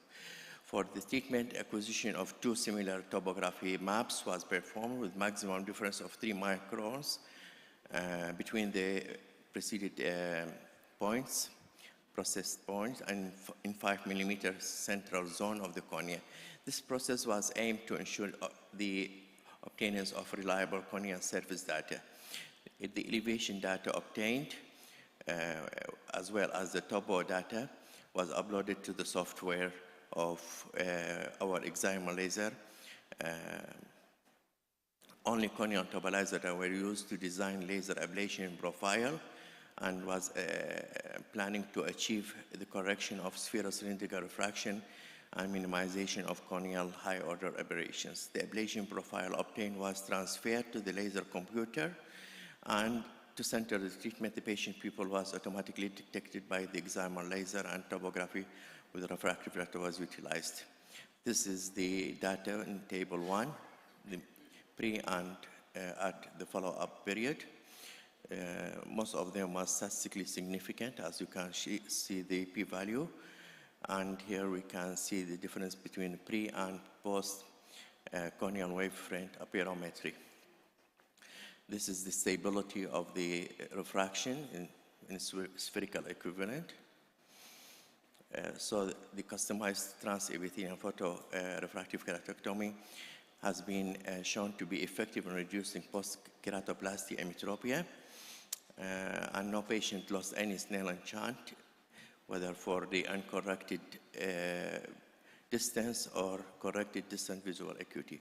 The visual acuity improved in all patients with no regression during the period of 12 months post-operatively. As a consequence of laser treatment, all patients could use spectacles after surgery, as high reduction of emetropia was achieved. Also, the corrected distant visual was benefited from the laser treatment, improving on average 3 standard chart, as I said, even reaching 20/20 in 3 patients. The absence of haze and negligible loss of endothelial cells demonstrates the safety and stability of the treatment. Also, we have, although there is a reduction in total mean square values, the coma and spherical abrasion were not statistically reduced. This reduction in total corneal abrasions was consequence of change of high order induced by the excimer laser. The customized ablation allows us to obtain a corneal surface much more uniform preoperatively, and our results shows that all patients has improved. Thank you very much. Thank you so much. I have 2 questions. You said that the optical zone is 5 millimeter for all your cases. Does it depend on the size of the graft? Are you going to reduce it if the size of the graft is less than this? And what about the healing of the epithelium in these cases? Did you find any cases that the healing process was not good? For the first question, yes, we depend on the size of the graft. And for the second question, it depends on the size of the how much. So you increase, you leave a safe zone, 1 millimeter? 1 to 2 millimeters. 1 to 2 millimeters, yes. And about the epithelium? No one have abnormal epithelial defects or non-healing. Thank you so much. Thank you. So we finished the free papers. We are going to move to the part 2 of the competition, that it will be the video competition. So we are going to play the video, and if it's narrated, if it's narrated, so the presenter are going to stand beside the video, then we are going to ask questions after we finish the video. So let's start the video competition. The first video is Dr. Mohammed Naeem. Is it here with us? Yes, Dr. Mohammed. It is management of intraoperative residual subretinal fluid in posterior pole. We are not going to stop the video. It is just a video, 6 minutes. It's narrated, so it will run narrated. So please play. Yes. Thank you, Dr. Mohammed. Please. Can we reduce the light, please? I think the sound is not coming, so can we start from the beginning? I can just go on and comment it. So this was a case, 64 years old, diabetic patient. He had an RTA. He sustained several head and neck injuries, including eye. So before this trauma, he had, you can just continue, it's okay. Just continue the video, it's fine. I'm very happy to just narrate live. So there was extra 4-wheel tractional detachment, but not involving the 4-wheel. So after trauma, what happened? Traction caused brake, and the detachment converted into a combined recommatogenous and tractional. So what we are doing now, after doing the cataract surgery, I'm just going to delineate the membrane. Whenever we are dealing with membranes, it's important first that we remove vitreous from the membranes, then you remove membranes from membranes, separate them from each other, make them weaker, and then you remove them from the underlying retina.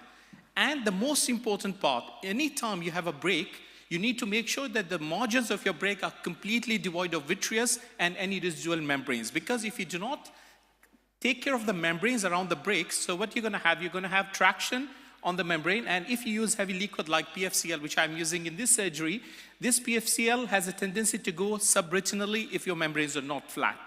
So after removing the membranes from the disc and from the inferior arcade, I can see that there's very adherent membrane on the superior arcade. That's why either you have 2 choices. Either use a PFCL as a second hand, or you go for the bimanual technique chandelier. Here I just shows the PFCL.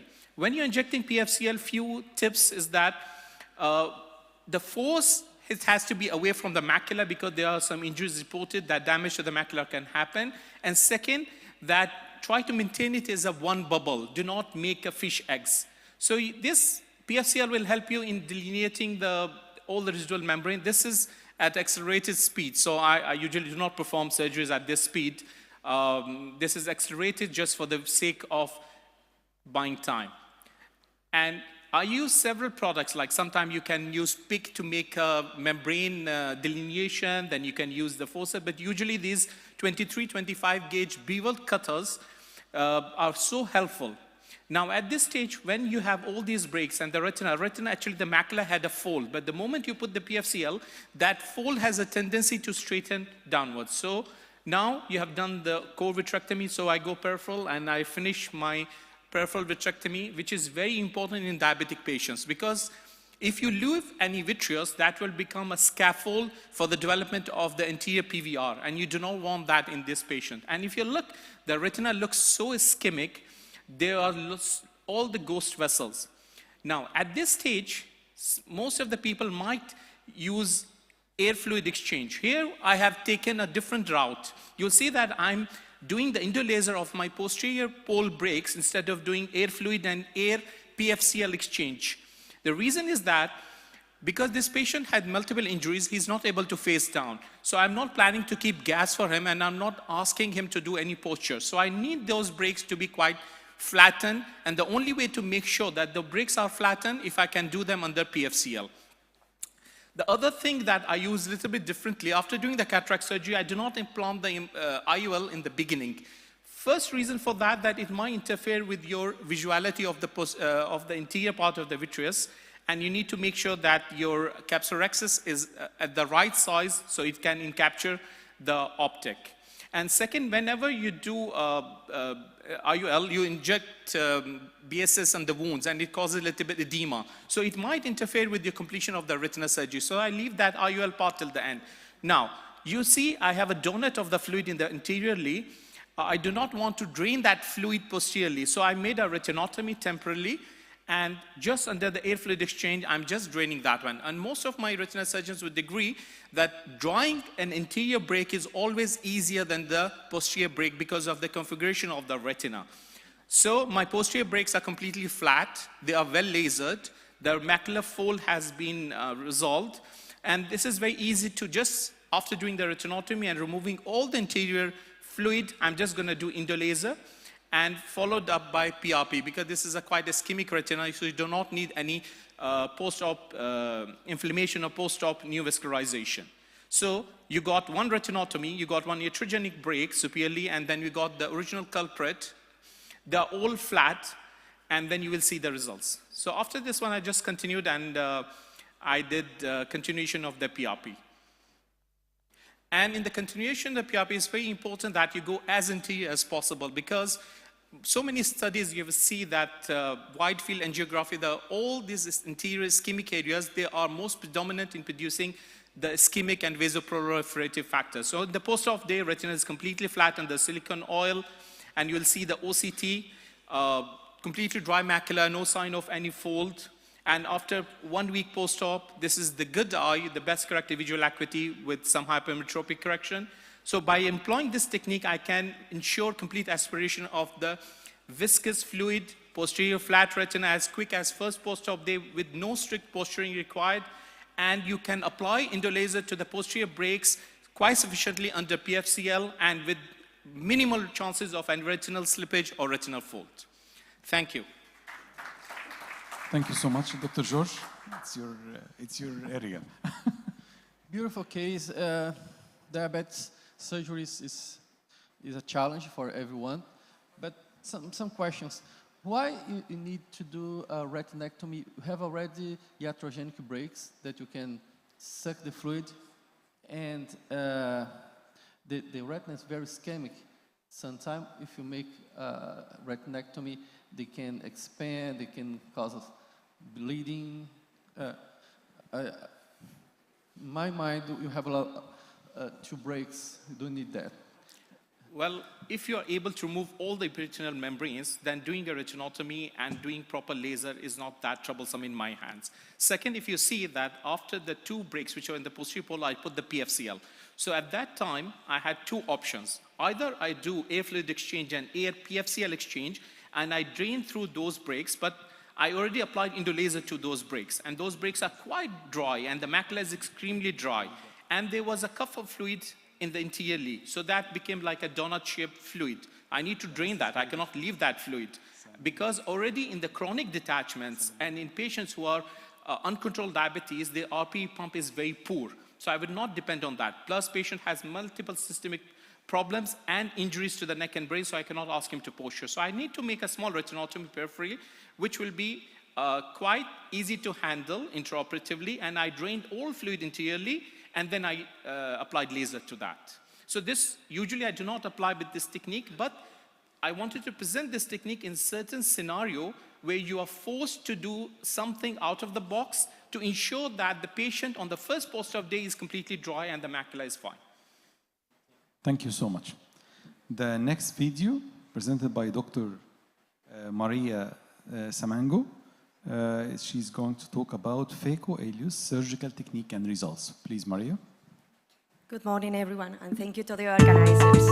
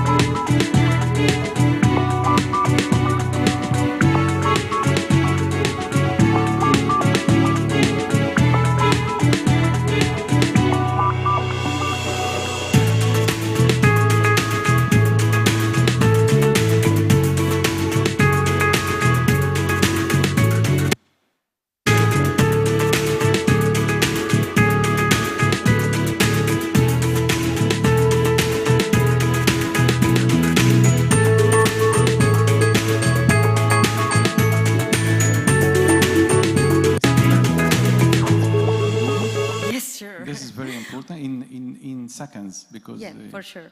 This is a novel technique for minimally invasive glaucoma surgery. It's done with an excimer laser. So basically, we are opening some holes in the trabecular meshwork, similar to the SLT, but the difference that we are not producing any thermal damage in the trabecular meshwork.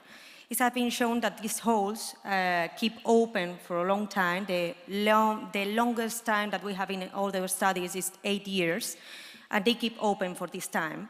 And it has been shown to reduce the pressure in the same way like, for example, iStent from Glaukos. So it's a technique that we can use combined to cataract surgery or standalone, but it makes more sense to combine it with cataract surgery to reduce the medications. Okay, I know the Ilius, and if you, just small rapid questions. If you are going to compare the Ilius to the MIGS, to previous SLT before you go for phaco, for the results post-operatively. Well, when the patient had SLT, it should be done at least 5 years in advance of this surgery. So the difference is that SLT loses efficacy with time. With this technique, the effect of the decrease in the pressure will last for longer. No? Actually, we don't know how much time is it going to take until the holes stop working. Actually, we know 8 years. No? So the efficacy, it's a little bit bigger no? From with the SLT. The best difference is that we can apply the laser directly on the surface of the trabecular meshwork. So we can be 100% sure that all the holes that we are making are going to be opened. That's something that doesn't happen when we are doing SLT. Okay.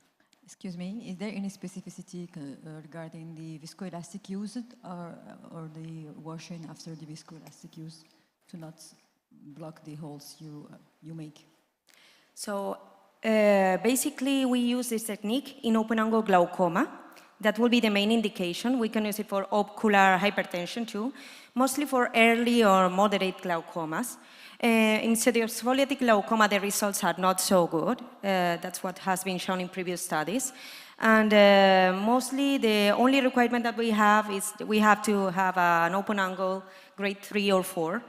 And in some patients, we have done this surgery even with close angle because of cataract, because when you take out the cataract, the open is getting wider. So you can use it also in these situations. But the best patient will be patient with 1 or 2 medications, pressure around 21, under control, open angle glaucoma. Okay, thank you, Maria. So may I request next Dr. Vaiva Shetty to present his video on a chandelier to the rescue in vitro retinal surgery. Can you play the video and audio? Good morning, everybody. I am Dr. Vaibhav Sethi from Arunodaya Deseret Eye Hospital, Gurugram, Haryana, India, and I will be speaking about chandelier and its use in vitreoretinal surgery. Situation number 1, retinal detachment with a peripheral break. So when there is a peripheral break with the retinal detachment, chandelier is of utmost importance. It frees your surgical hand so you are able to do a very good scleral indentation. By doing a good scleral indentation, what you do is you reduce the mobility of the detached retina. So there is less chances of this detached retina coming into your cutter's mouth, and so less chances of having an iontonic break. So you do a safer peripheral vitrectomy, a safer vitreous-based shaving. The other importance is that when you have a peripheral break, you can gradually and carefully milk out the subretinal fluid from this peripheral break itself. So you don't have to do a posterior retinotomy. So gradually, as you can see, I'm milking out this fluid, keeping the peripheral break, the primary break open at all times, till I'm sure I've removed most of the fluid and dried up the posterior pole. And then I finally go ahead to completely fill in air, do a laser all around and put in gas. Situation number 2, retinal detachment with a giant retinal tear. Anterior flap management is of key to avoid recurrences in GRT-RDs. Here you can see the retina became bullous, there was vitreous incarceration in the cutter's mouth, but I quickly injected PSCL with my non-dominant hand as my hand was free, and that stabilized the posterior pole. Doing a peripheral vitrectomy in such situation is very, very important. Now, the retinal fold has to be managed. The posterior edge of the GRT tends to have retinal fold, that is PVR. If you don't manage this and trim it properly, then there are very high chances you will have post-operative PVR and retinal detachment. The anterior flam has to be trimmed off and removed as much as possible. If the view becomes slightly hazy, sometimes doing a diathermy at the posterior edge of the GRT is very sensible. Injecting PFCL further to milk out the fluid and increase the amount of PFCL level beyond the break. Here, the importance of using a chandelier is you're able to do a very nice and thorough laser all across. Even the stump of anterior flap tissue which was not able to be trimmed off can be lasered and stabilized to prevent PVR from forming later on. So very important to do a nice fluid air exchange, remove the interface fluid between the PFCL and air to avoid retinal slippage. Here also chandelier comes to utmost benefit. Situation number 3, complex retinal detachment with PVR. This complex retinal detachment, which is a chronic detachment with a secondary retinal neovascularization, has to be managed with bimanual dissection to have success, because otherwise you will land up with having multiple iatrogenic breaks. Here you can see the posterior hyaloid is very strongly attached to the underlying chronically detached retina. So you have to use a forceps in one hand and the other hand use a cutter like a dissector or a spatula, and at the same time trim out this posterior hyaloid as much as possible. Here I was able to achieve some amount of dissection all across because of the chandelier.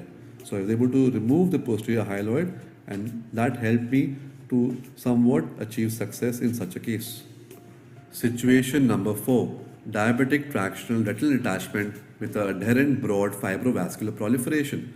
These kind of broad fibrovascular attachments causing TRDs are very, very notorious, and they have to be dealt with the chandelier, because with chandelier you can do a very nice bimanual dissection. Here you can see my dominant hand, I'm using a forceps to gently lift up this fibrovascular attachment and expose these epicenters. Once you expose and carefully visualize the epicenters, you can do a very nice dissection with the help of a forceps and a scissor.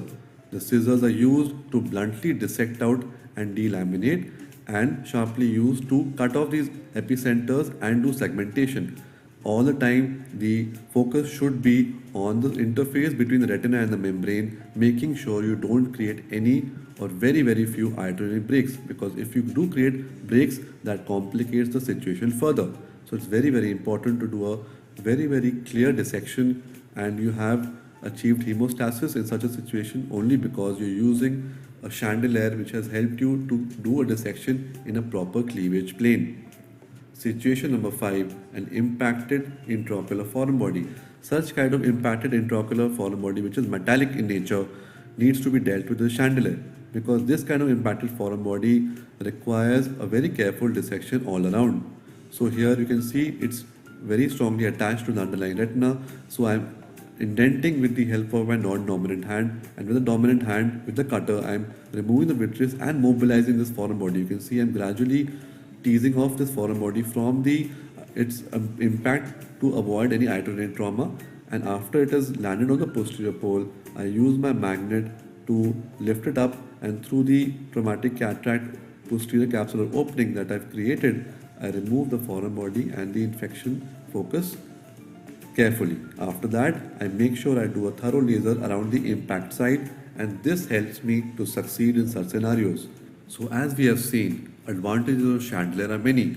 It frees up the surgeon's hand so you can do appropriate sterile depression. It allows for a good bimanual dissection of these adherent fibrovascular proliferations and taut hyaloid, and thus finally you achieve a more effective surgery with improved intraocular visibility, and what you're looking for is a favorable surgical outcome.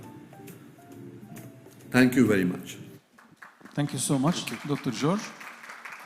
Dr. Santi, beautiful videos. I have just two questions.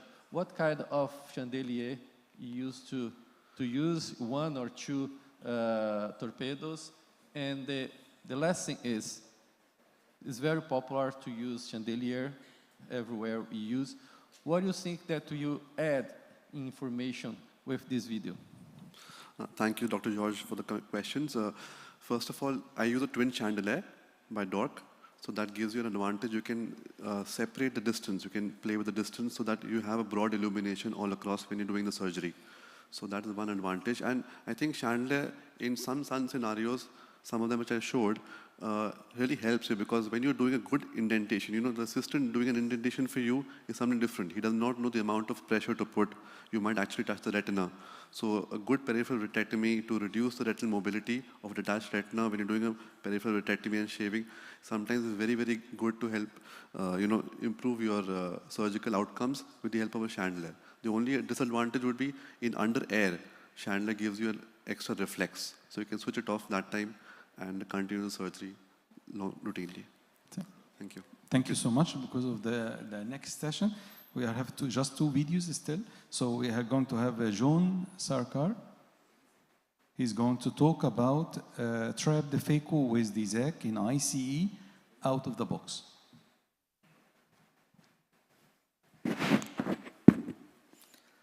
Assalamu alaikum Dubai. A very good morning to all of you.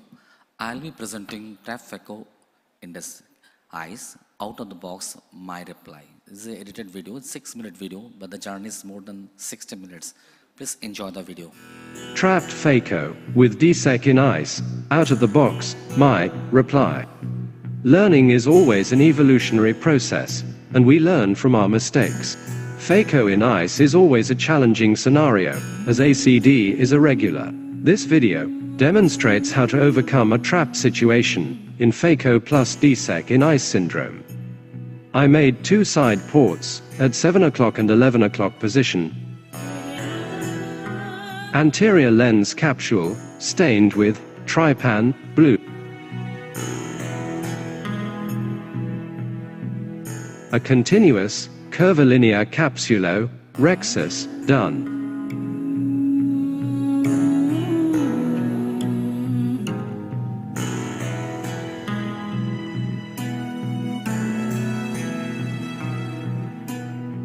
And made a 5.5 mm sclerocorneal tunnel.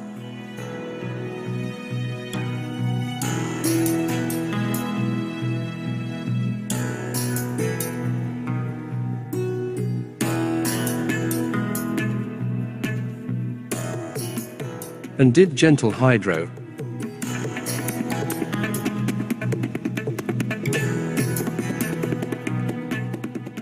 And entered the anterior chamber. Completed the phaco in direct chop technique with Ozil dynamics.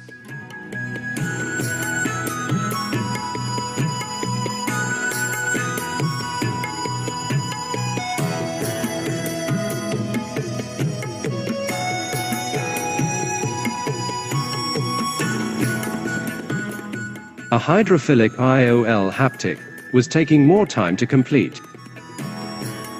I have started DM scoring without wasting much more time.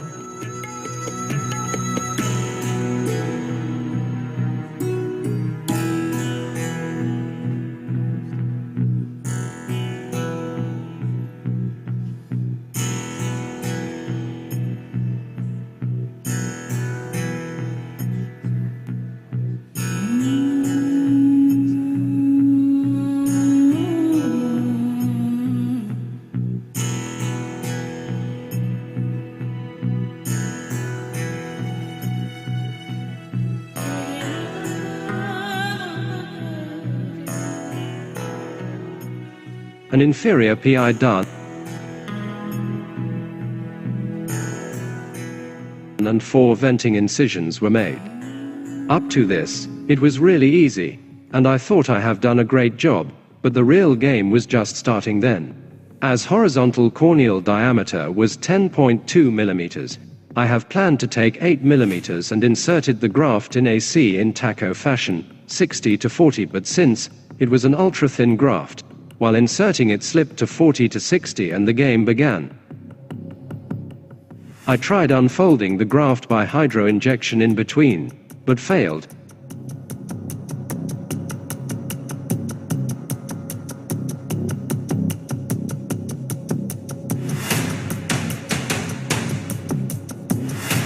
It was really challenging, the acid was very shallow. So I closed the main wound. Tried to give air in between and drag by reverse Sinski but failed. as AC was very shallow with a regular ACD, so graft was not getting any space to unfold. In this scenario, it would have been better if I have taken little lesser graft, viz 7.5 millimeters. I don't have a spare tissue, so I became calm and tried to come out from this trapped situation. After closing the main wound, with the help of hydro cannula, I tried unfolding the graft, and after repeated attempts, I was able to finally unfold the graft.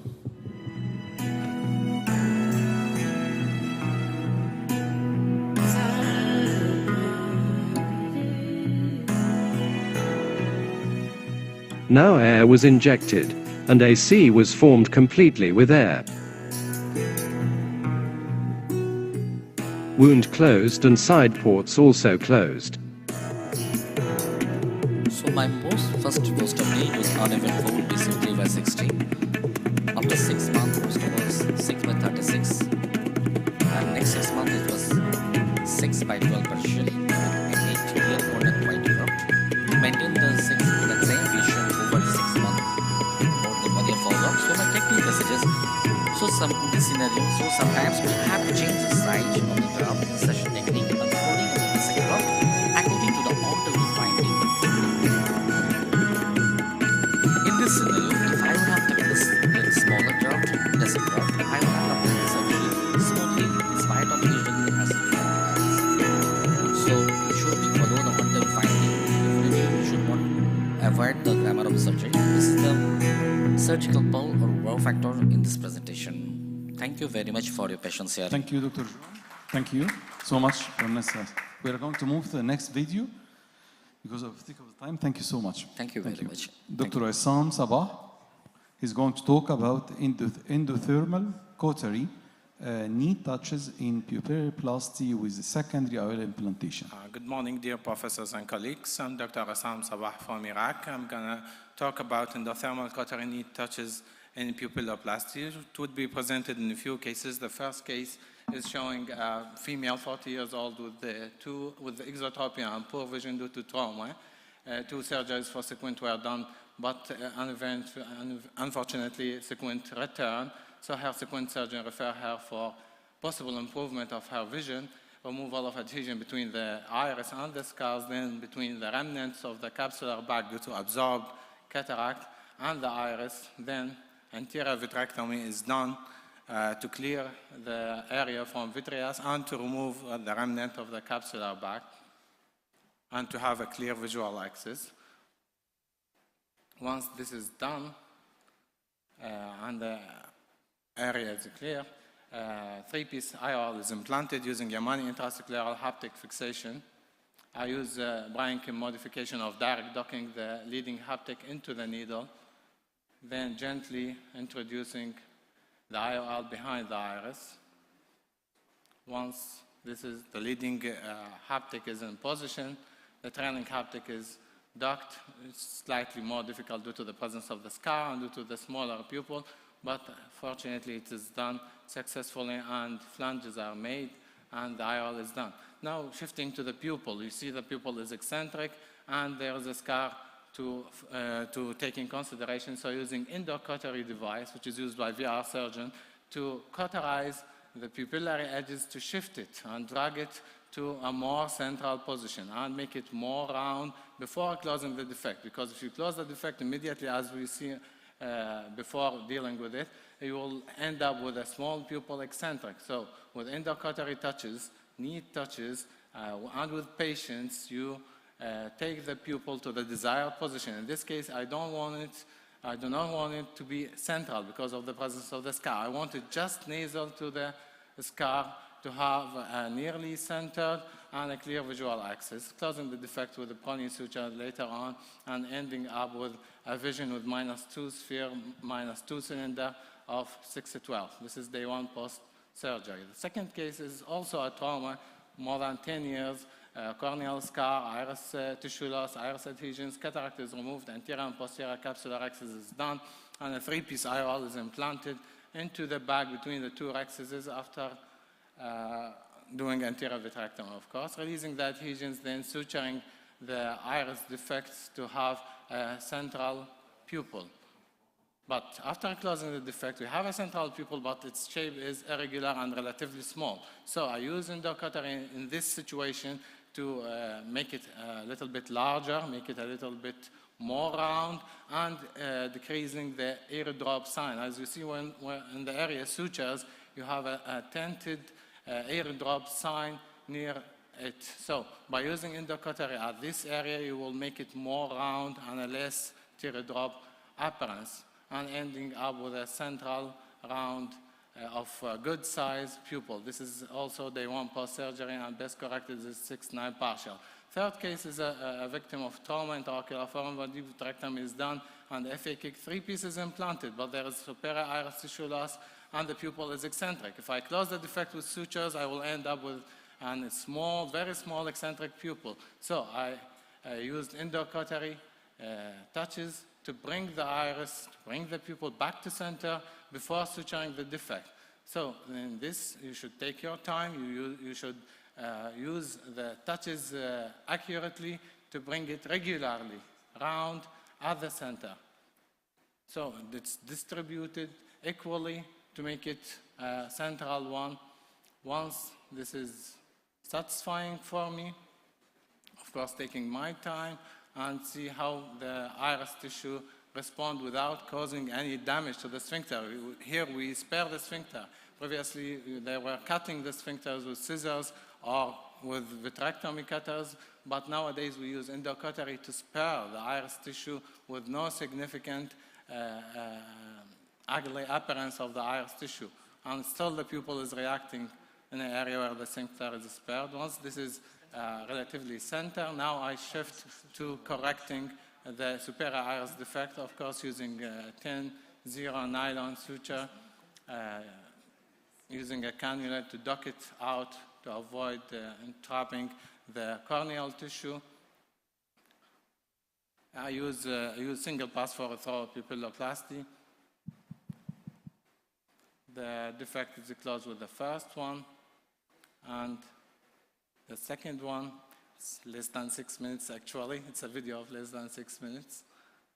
Once the defects are closed, you will find out that we ended up with a central round pupil rather than the eccentric ectopic one.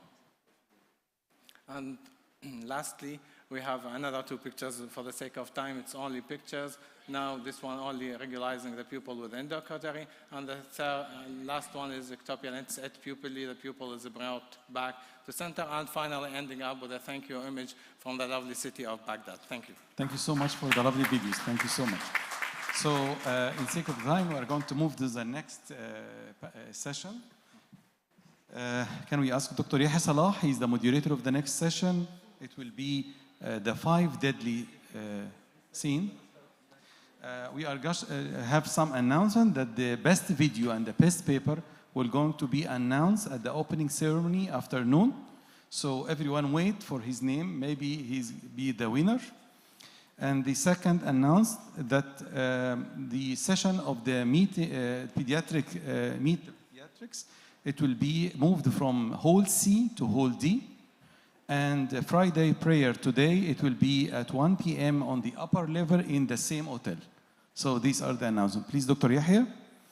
And can we ask Dr. Safa to be here, Dr. Muhammad Ahmed, and Dr. Rina Siti to join us as a panel for this session with Dr. Yahya Salah. Thank you, Dr. George. Thank you so much.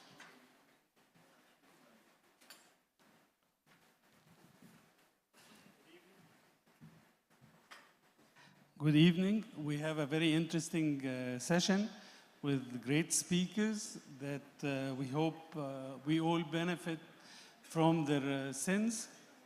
So I will ask Dr. Nancy Raqad to give her presentation. Don't miss element in history taking. Don't operate on bad ocular surface.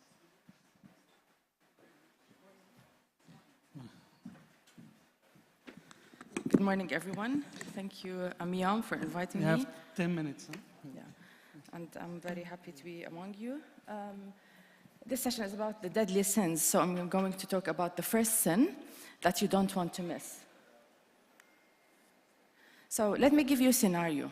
The first scenario is a 57-year-old lady with a bilateral nuclear sclerosis, and she undergoes an uneventful cataract surgery procedure with a monofocal IOL implanted. And the vision after the procedure is 612 for far with minus 1.5 diopter refractive surprise. The patient is unhappy. The second scenario is a 72-year-old male patient with bilateral posterior subcapsular cataract who opted for a premium IOL, uneventful smooth surgery, vision 6.6 for far, and can read unaided with a trifocal lens. Patient unhappy. Third scenario, a 40-year-old lady with hard cataract in one eye. She undergoes phacoemulsification, and despite a beautiful phaco and a great procedure, she develops a non-healing epithelial defect. Patient extremely unhappy. Fourth scenario, 60-year-old gentleman who undergoes an uncomplicated phaco for right eye nuclear sclerosis and sees 6.6 for far. Develops endophthalmitis 2 weeks after the procedure. Both patient and surgeon very unhappy. What can you be missing? Could you have had a different outcome if you have paid more attention? Let me tell you that the major unaddressed issue that would negatively affect your result and augment dissatisfaction is the ocular surface and the tear film. You don't want to miss checking for the first deadly sin, which is the ocular surface disease. Whether it's a dry eye, whether it is meibomian gland disease, eyelid closure, the anatomy of the eyelid, the function, if there's striachiasis or not, corneal sensation, previous history of infection, especially herpes, connective tissue disease, any systemic diseases such as rheumatoid arthritis. But why? Because the ocular surface is the first focusing structure of the eye. It's not the cornea, it's the tear film. Because of the refractive index and the difference in the refractive index between water and air.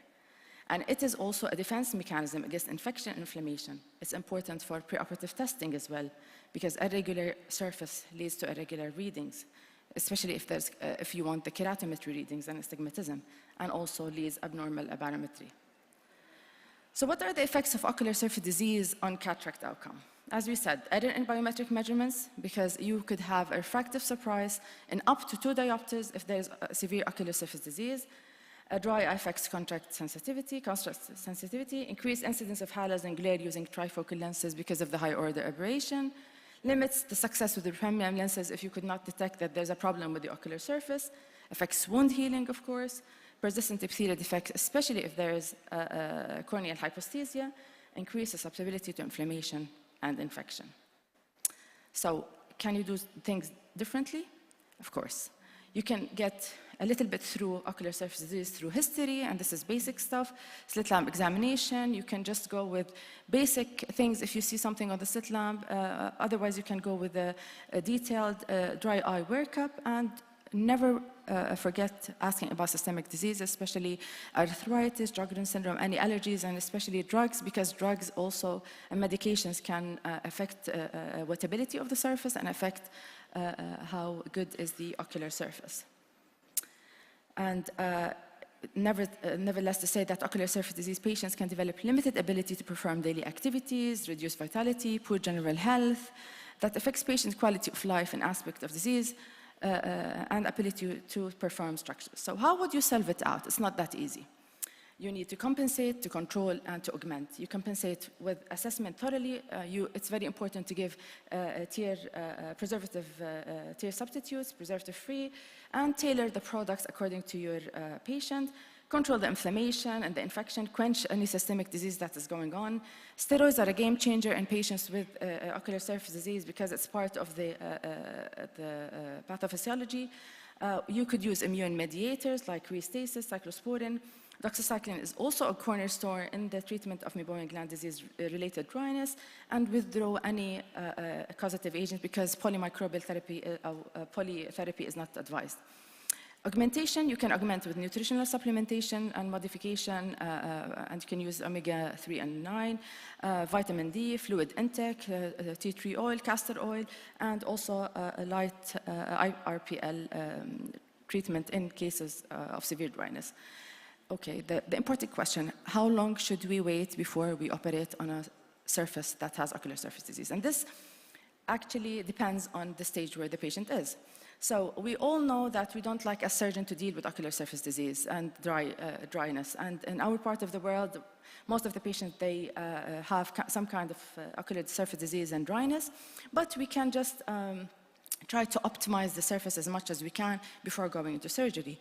And if you see that this mild case, that you can just lubricate the cornea and the ocular surface and just go to surgery, but paying attention to details and how that would affect your procedure, that's fine. But if you have up to a moderate case, it's worth giving some time, up to 2 weeks of treatment, dietary modification, local lubricant agents, sometimes, and a little bit of steroid drops in order to optimize the ocular surface. Now, severe cases, it's worth giving it more attention and postponing the procedure until you get the surface optimized, because you have to balance the risks and benefits of doing the surgery. As we said, added inflammation needs further attention. Sometimes you cannot control these cases fully, but at least you are on solid ground when you talk to the patient about what to expect and what to have in the mind, and to expect the different scenarios instead of getting surprised with the outcome. So dry eye disease is one of the most common ocular diseases and reason for primary eye care visits worldwide.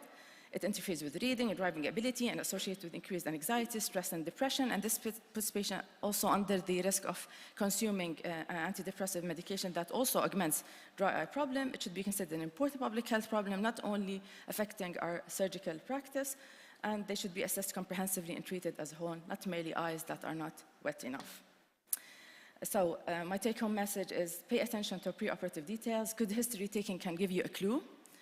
And don't succumb under this first deadly sin. So hydrate your patient eye before, during, and after surgery. And may you and your patient's tear film last a lifetime. Thank you very much. And before I conclude, I hope to see you all in the 15th International Congress of the Jordanian Ophthalmological Society that will be organized and held in Amman between the 14th and 16th of November 2024. Thank you very much. Thank you, Dr. Nancy, for excellent presentation, excellent topic. You were even finished before time, so we have time for discussion. Okay. So do any of the panelists want, or the floor, they want to ask a question? I think everybody pays attention to ocular surface disease. No questions there. No, it's really a very important target, and your message that delaying the surgery, because sometimes the patient comes and you want to do the surgery and then you pay the price later on. Yes. So it's very important to properly examine, and you can take the decision to tell the patient to postpone the surgery until you control the anterior segment, the meibomian gland dysfunction and the ocular surface. When he comes back and everything is settled, you re-evaluate and then you can decide on the type of the IOL or not. Yeah, actually this affects our practice, let's say most of the time, in two things. First, I can tell the patient what to expect, even if I don't want to delay the surgery and the patient is in a hurry and he wants something. At least I would not offer a premium IOL on a severely disorganized anterior segment surface, because I would expect a lot of trouble and problem. I would give a more forgiving lens. This is one of the things that would affect my decision. And the other thing is that I would want the patient to go on on lubricants, because this would be part of managing the patient pre-operatively and post-operatively.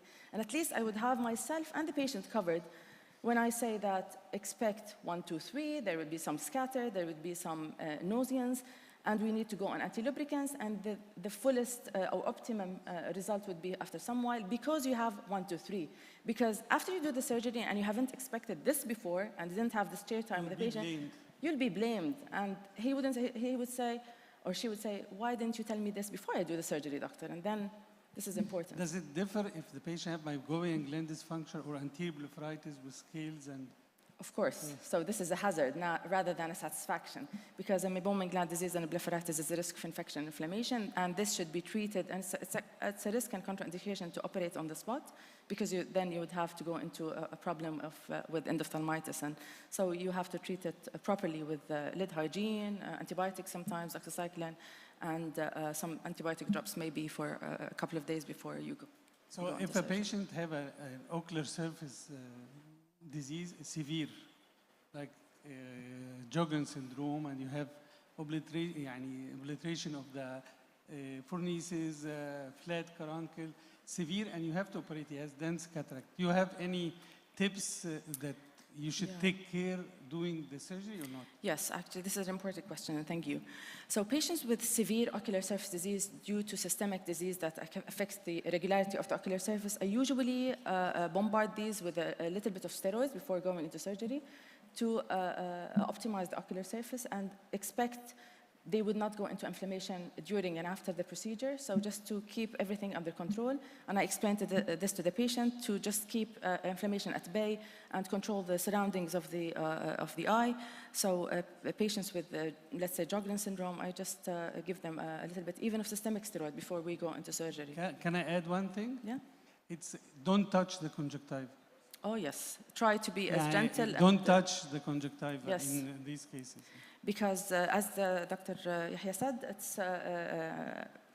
you will just trigger the inflammation. Try to not to manipulate the eye as much as possible. And sometimes I give them double the amount of subconjunctival injection of dexamethasone at the end of the surgery to just decrease the inflammation risk. One question to you. If a patient has mild to moderate dryness in the dry eye disease and wants a premium IOL, how would you manage this patient? Yes, so we face this actually in our practice, and it depends what premium IOL is the patient thinking and what can I offer. So according to the stage of the dryness, if it's a mild dryness, then I will address it with lubrication. I can, if all the parameters after lubricants are good, the higher order aberration, all the profile, the abarometry, everything is fine, I can go for a trifocal, not being in a safe state. But if he has a moderate dryness, that even the parameters and all the measurements that I take are still not that good and sustainable all over the days, then even with lubrication, I would offer a less or more forgiving lens, such as a monofocal EDOF or monofocal plus. So. Okay, thank you very much, Dr. Nancy. Very important topic, and we move to Dr. Khalid Aish. Last premium IOL, when you should not. Dr. Khalid. Thank you for the invitation. Bismillah ar-Rahman ar-Rahim. It's difficult to talk after Dr. Nancy. My talk is about when you should not use premium IOL. The exclusion criteria for presbyopia correcting IOL is the pre-existing ocular pathology, inaccurate preoperative testing, adverse patient characteristic, and poor patient counseling and communication. We will start with the first one, the pre-existing ocular pathology. As Dr. Nancy mentioned, surface eye disease, dry eye disease is the most common and the leading cause of dissatisfaction after presbyopia correcting IOL. So I will pass over this quickly because it's already mentioned by Dr. Nancy. The second issue is corneal issues like corneal degeneration, patients with epithelial basement membrane degeneration with corneal dystrophy, such as Fox corneal dystrophy, is another factor. Also astigmatism, if we have more than 1.5 diopter of corneal astigmatism, here I usually say to the patients that we are facing 3 problems that we can correct mainly 2 of these at the present time, cataract, astigmatism, and presbyopia.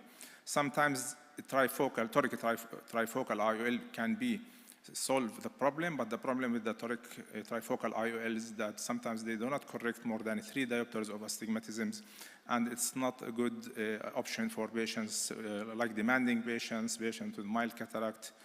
So usually we choose toric over the multifocal IOL in these patients. Also sometimes the astigmatism is irregular, that we can't put, it's not recommended to put a trifocal or a multifocal IOL.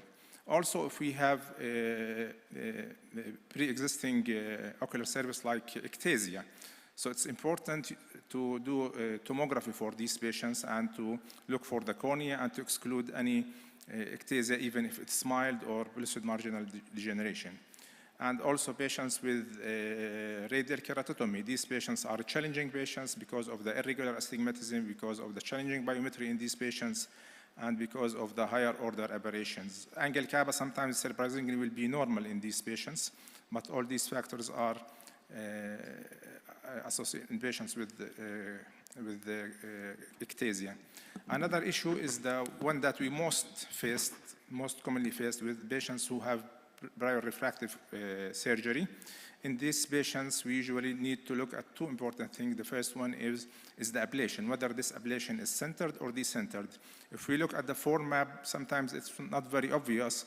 What you usually do is I make the steps smaller so we can magnify the decentration. As we can see, this is the same patients with 1 diopter of a change in the keratometry in comparison with half diopter. So on the right side, we can see how much is the decentration is. And in these patients, the degree of decentration is associated with increase in the RMS value.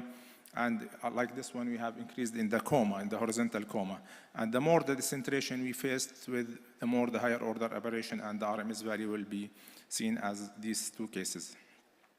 Also, to conclude, in patients with prior laser refractive surgery, usually is not a good option if the patient readings is at the extreme of the values. If we have decentered ablation, if we have small ablation zone, patients with a high myopic or hyperopic corrections, and patients with higher order aberration are not a good indication, and also patients who are not willing for post-operative laser touch-up. Because in these patients, premium IOL will lead to worsening of the vision due to decrease in the contrast sensitivity, will exacerbate the night vision symptoms, and will add to the loss of visual contrast that could arise from corneal contour irregularities and higher order aberrations.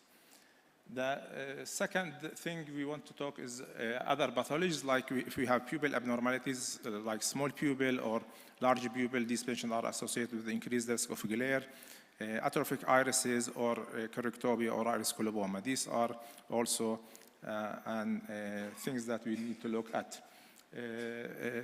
Another thing is sometimes we face with patients that coming with a monofocal implant and they are asking about trifocal in the second eye. Bilateral implantation is always recommended, though some studies showed that good patient satisfaction in unilateral implant, like this study which is done in Germany, and they conclude that the satisfaction of the patient is good, but still 2/3 of these patients are using glasses for prolonged reading. So this issue should be mentioned to patients who have pre-existing monofocal IOL.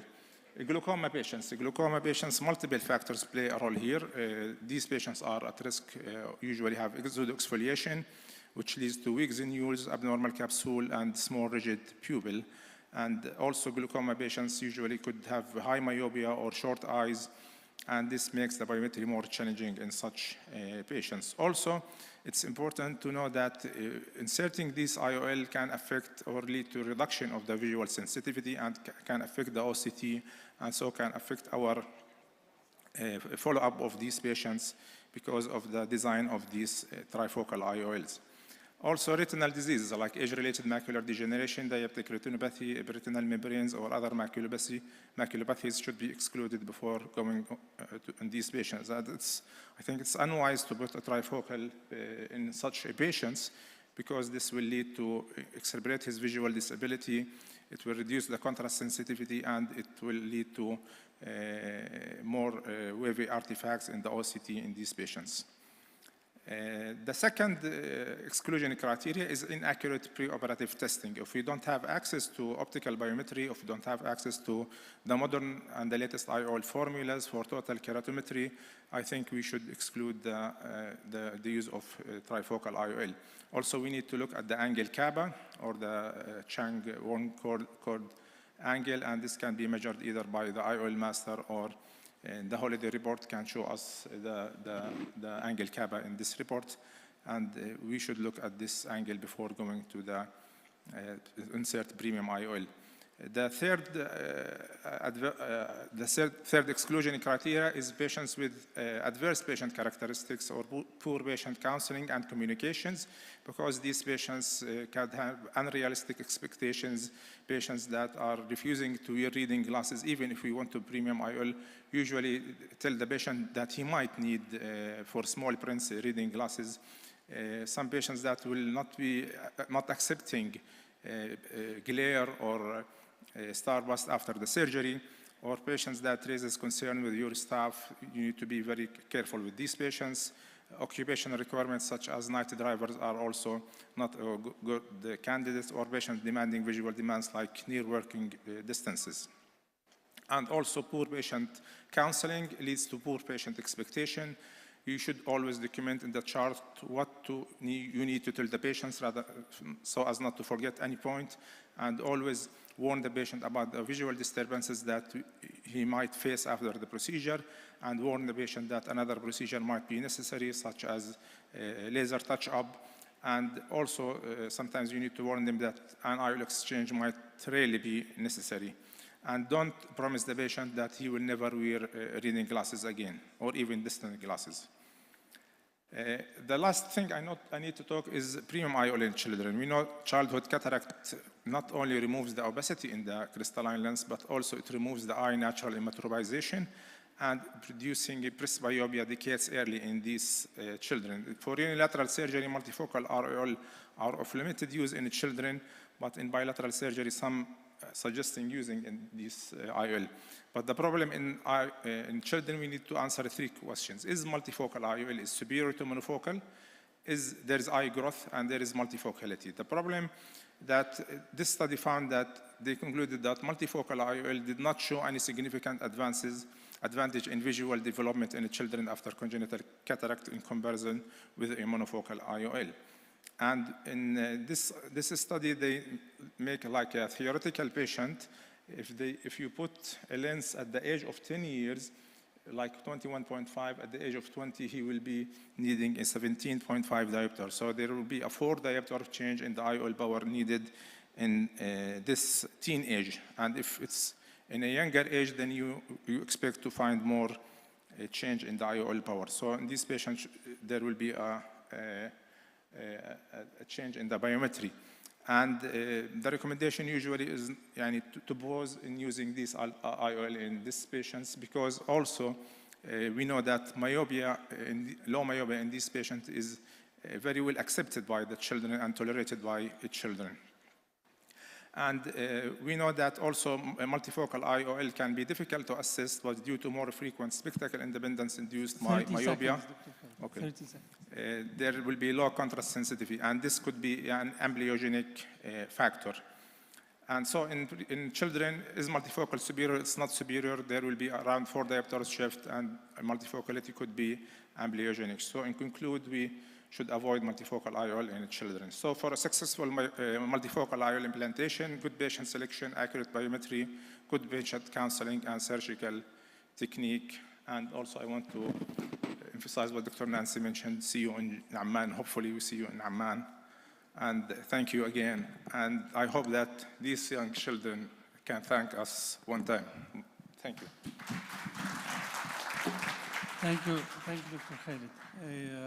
Very important, but I want to ask you, you grouped premium IOLs as one group. Were you talking about trifocals only, or it includes also extended depth of focus?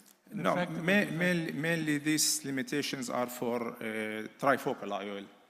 Trifocal or multifocal IOL.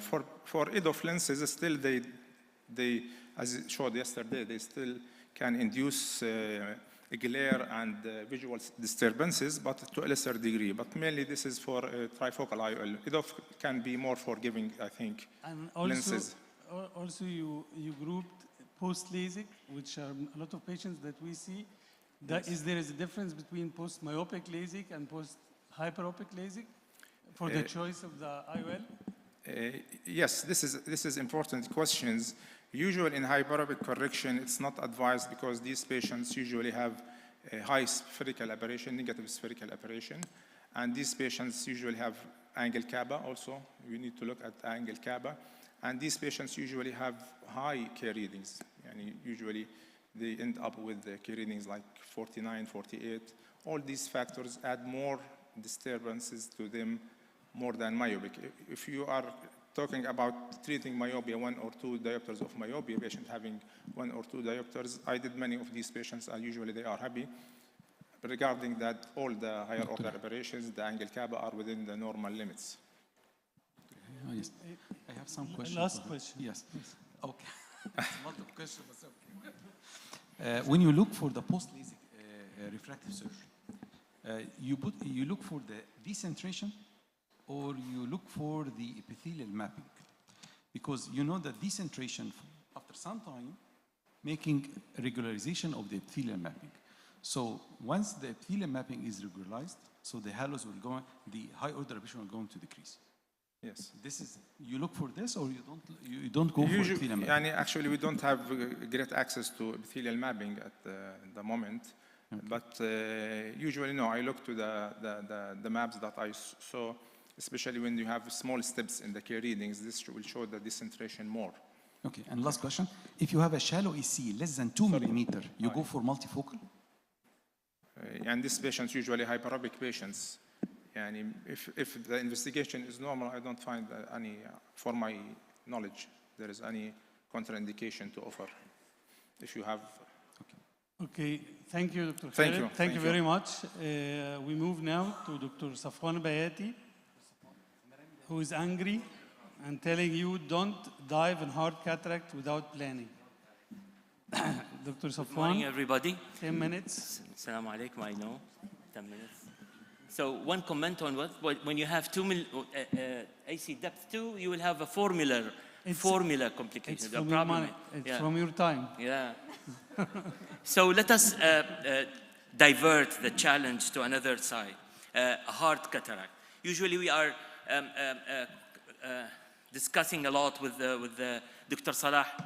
Yahya Salah around the hard cataract. And what we have in a hard cataract is the few problem steps that we need to overcome it, starting from the capsule and then the hard central part of the cataract and the hydrodissection, and then how we would divide these, the pieces of these cataracts. So let us start with the second, and I think that, so these steps in the 5 periods, large capsulotomy from 6 to 6.5, second period, excavation in the center of the hard cataract. Don't start with hydrodissection here. We don't need hydrodissection here.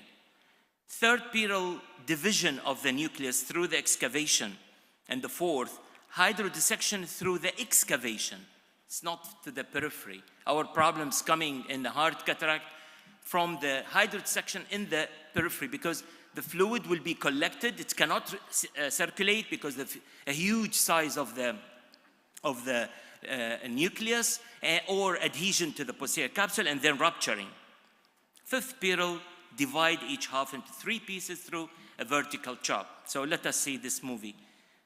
Please, can you start the movie? So here, a capsulorhexis, which should be large enough. According to that's a brown cataract. And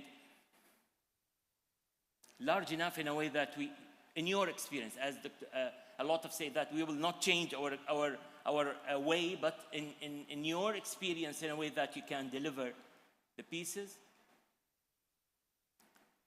So the large enough. And now the second step is excavation. Now I'll go to excavate in the center, removing the lens matter. And here I'm excavating the center. The center is around 80% of the nucleus. You can see it here.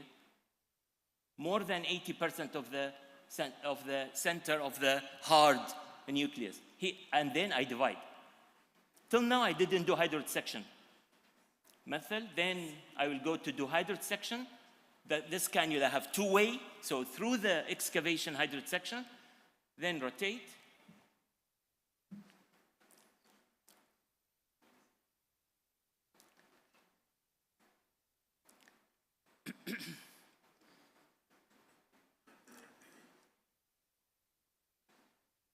The 100%, we need to make sure that it's separated, then chop vertical.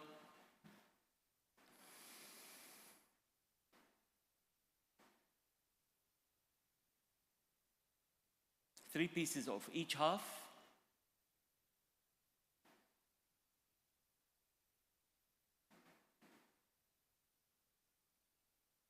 They are very sticky, rubbery. But when in the periphery, definitely less, because the main hard part in the center has been excavated and removed. That facilitates the removal of the rest of the peripheral part of the lens. See here, it's very easy to remove all. And then we can go to the second movie, please, if you don't mind. Now, again, start.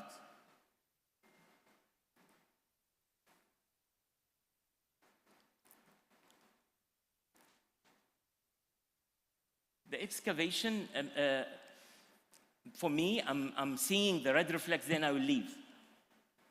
So,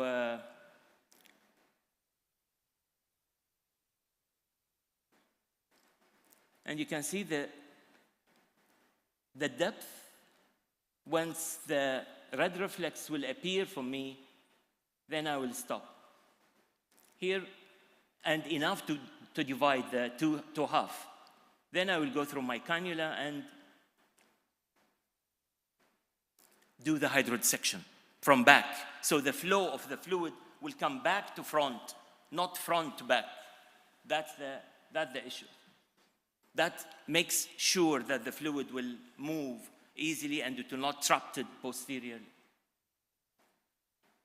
Okay. So here also we finished. Thank you. Great, thanks. I have a question for Dr. Safwan. Yes. Doctor. Just I'm looking for the CDE. Okay, so we reached up to 34, and I think when you finish, I reached about 40.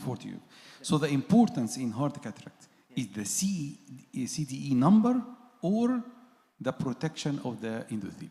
Because sometimes you can go for 40, 45, but the second day you find the patient is clear cornea. Yeah. So the importance that I am looking for the CDE or protecting every time with visco coating the back of the cornea. What you didn't see that? You didn't notice that? No, I noticed. No. Yes, I noticed. Notice what?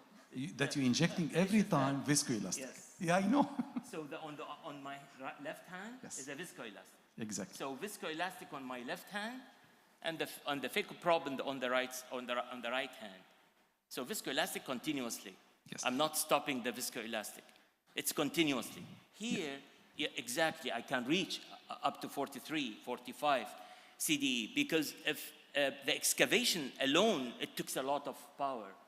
And the direction of the phaco bubble, it's toward the nucleus because it's safe, it's a very hard. Exactly. So I can go deep to the red reflex. Now, someone saying that you did all without hydrosection. Yes, we don't need hydrosection in these steps. What we need is that to excavate and then able to divide, because sometimes it's so hard in a way that I'm not able to divide. So I will try again and again until definitely with a precaution, and then I will divide. Once I will divide, I will complete my division in up and down, rotate, and then start to do the hydrodissection. Now the cannula of the hydrodissection having two-way fluid injection, it's not straight, two-way. That two-way definitely enabled me into putting that cannula in the groove that I did, and then fluid coming from back to forward. Victoria. Excellent explanation and understanding, but I want to add, in any cataract, but in hard cataract particularly, it is not important, as you say, it's not important how long it takes to do the phaco, it's where you are doing the phaco. Exactly. Protecting the endothelium is important, but more important, you work in the posterior chamber, and this is what Dr. Safwan did perfectly. He was always working in the posterior chamber. So it's not important the CDE, it's not important how long it takes, it's important you work away from the cornea. Second, I agree with half of what you said about hydrodissection. It's perfectly correct. You never do hydrodissection if you are not going to see the wave.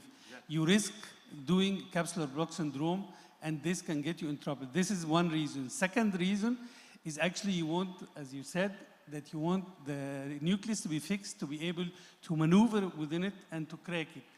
What I differ with Dr. Safwan is I don't do hydrosection. By the time you end grooving, the nucleus will be already hydrosected by the moving fluid. So 100 times, 100%, after you finish grooving and you check rotation, it's going to rotate. So I agree with you, perfect, Dr. Marwan.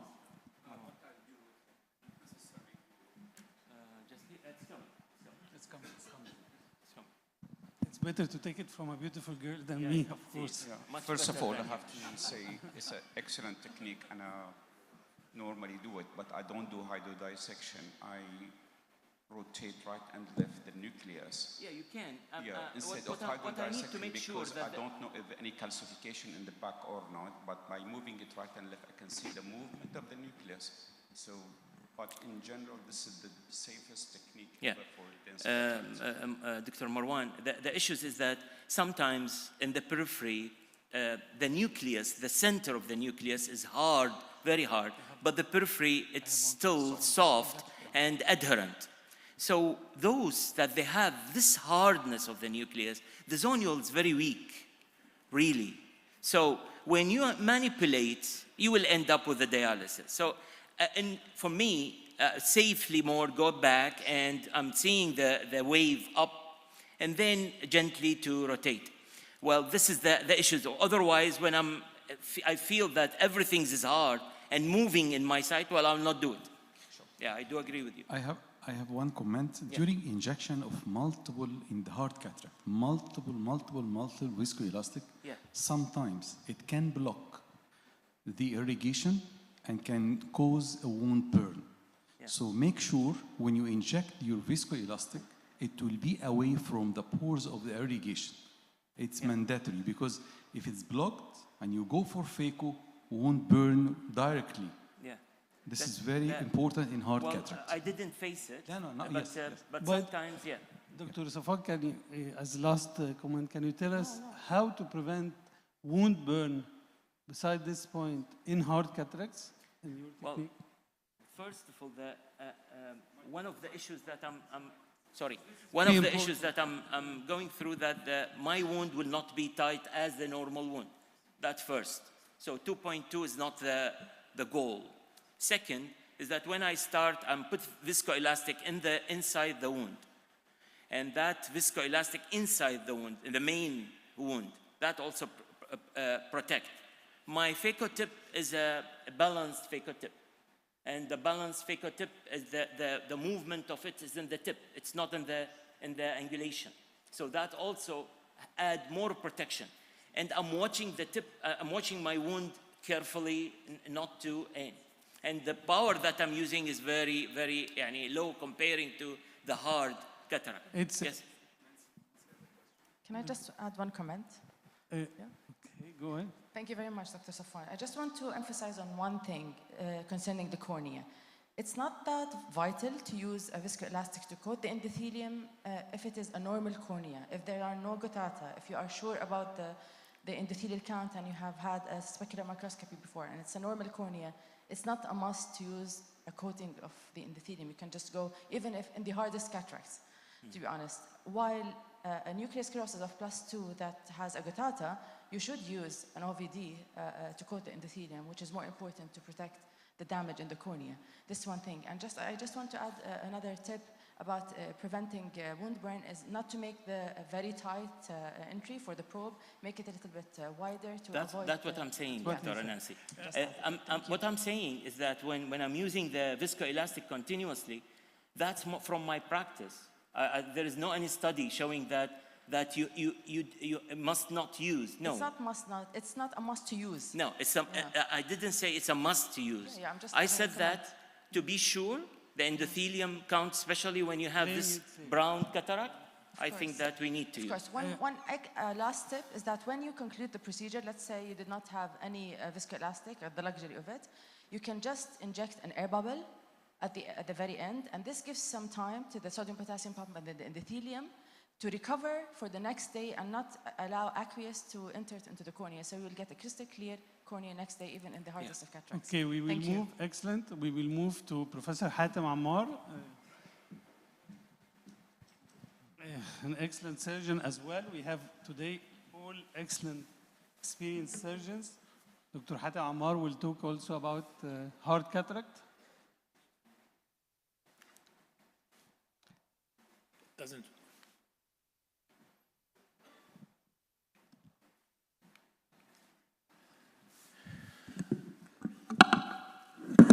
بسم الله الرحمن الرحيم.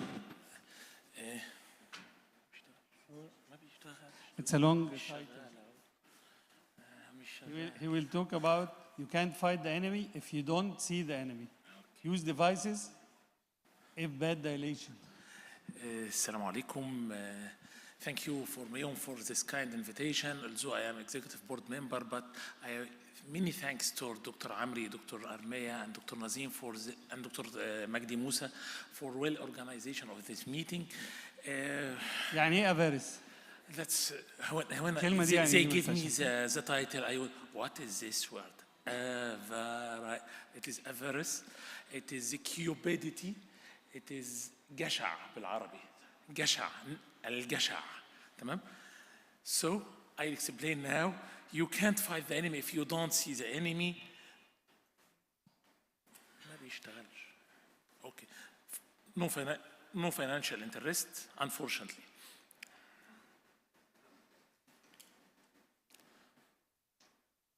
ما بيشتغلش. اشتغل بقى. Sorry. All phaco surgeons are averse for doing more and more phaco cases. Always we are running, turning from one room to one room, ending to finishing the case in little or no time.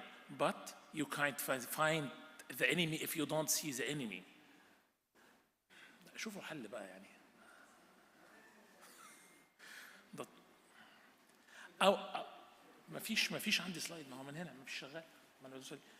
Our enemy is cataract. We need to see it well so we can conquer it successfully.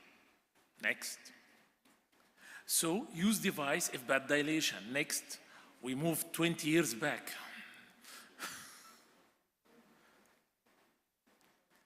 Performing surgery on an eye with a small pupil remains technically challenging even with well-experienced surgeon. Because of all this list of complications which can occur. So when treating a patient with a small pupil, a stepwise approach is used to increase and then maintain the pupil size. My stepwise approach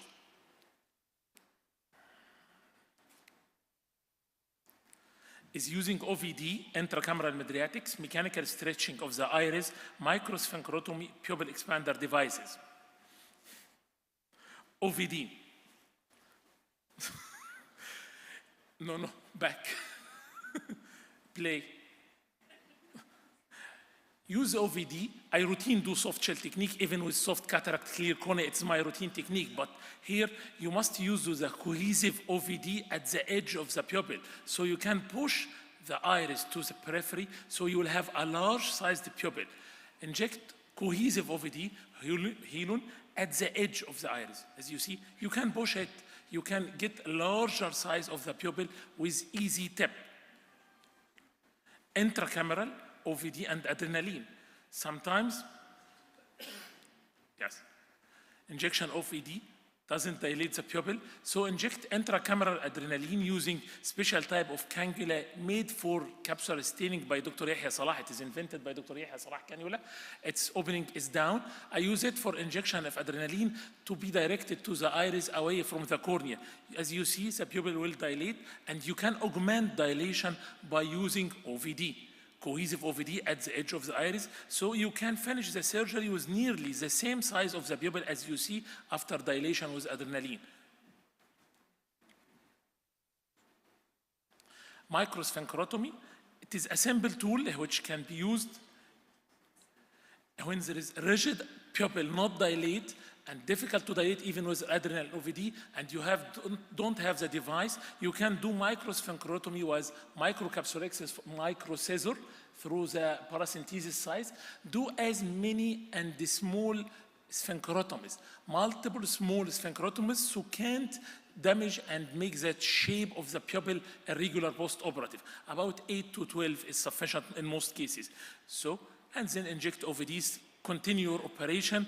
Simple maneuver, irrigation aspiration, pupil gets good So the difference between before microsphincterotomy and after microsphincterotomy. Iris hooks, another simple tool. Play. Another simple tool which can be used is iris hooks. It needs 4 paracentesis, small-sized, incomplete entrance, never enter the full thickness. It will be leaky one for the iris hook. Then start to engage the iris hooks with the iris, the first one, the second. Don't over-tighten the first and second one because it makes insertion of the third and fourth more difficult. Continue to insert the 4, then tighten them to the end.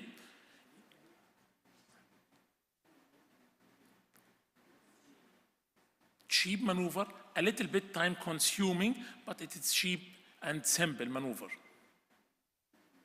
Okay, you have large size sufficient to do all your maneuvers simply and in the case safely. Next, for sake of time. Maluga ring. I am a big fan of Maluga ring, but with no financial interest, unfortunately. Next. Malugan give you a chance to have good size of the pupil maintained all over the surgery, especially valuable in IFS syndromes and cases like this. This is pseudoexfoliations, a more tricky condition, as I am suspected to more enemy is the zonules against me in this condition, so you must dilate the pupil. Insertion is very simple. After a very short learning curve, you can get the first eyelid, the second one, the third to the left. You must direct it by your left hand, and the trailing eyelid is inserted simply, so you can engage the 4 eyelids without need to exchange instruments or anything. It is simple, a little bit expensive, but it can do surgery simply, safely up till the end. After finishing inserting the IOL, you disengage in the reversed manner. The first one to disengage is the leading one, then the trailing one, using the Usher manipulator.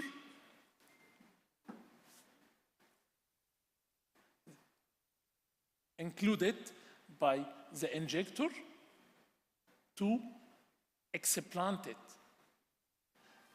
Simple, easy maneuver, a little bit expensive, but it can solve many problems. Sometimes you need more than one tool for pupil dilation.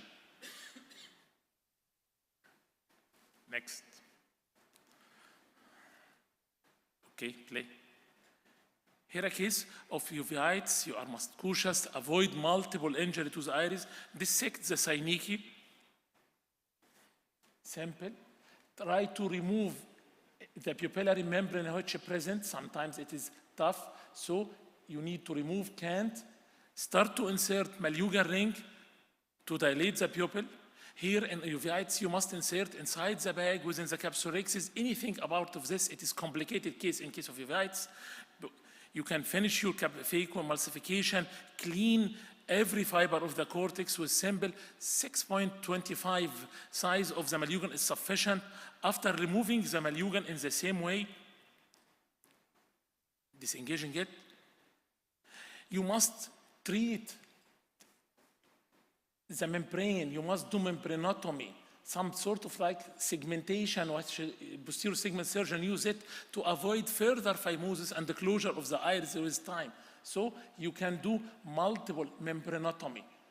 Multiple steps can be used in same operation. So you can get rounded pupil, which is reactive, remove your OVD, inject SUR, subtenon TIA. One day post-operative, you will find everything. Eye is quiet, pupil is rounded, no synechia. As you see, the membranotomy is present in down. Next. Next. Yes, play. This is a more difficult case. Very narrow pupil, uveitis, long time, with much more difficulty controlled with my uveitis fellow, now trying to dissect synechia. Using plant spatula, peeling of the pupillary membrane. Sometimes once you peel it, it can dilate with easily. But in these cases, usually not. Barbeing membrane, inject OVD, not dilate. So, insertion of Malyugan ring. Pupil is very narrow, very tough, as you see. Malyugan inserted with great difficulty. I tried to support it. 1 minute, Dr. Hatem. No. Excellent. هكمل طيب. 1 more minute, like Dr. Safwan once. From Dr. Safwan, he left 2 minutes for me. Here, as you see, very tough, even doesn't accept the Malyugan ring. So the decision to explant the Malyugan ring, shift to do microsphincterotomy to help. Here, it is very difficult to work through very narrow pupil. In a case of uveitis, if complicated, it is a catastrophe for the patient. So multiple sphincterotomy.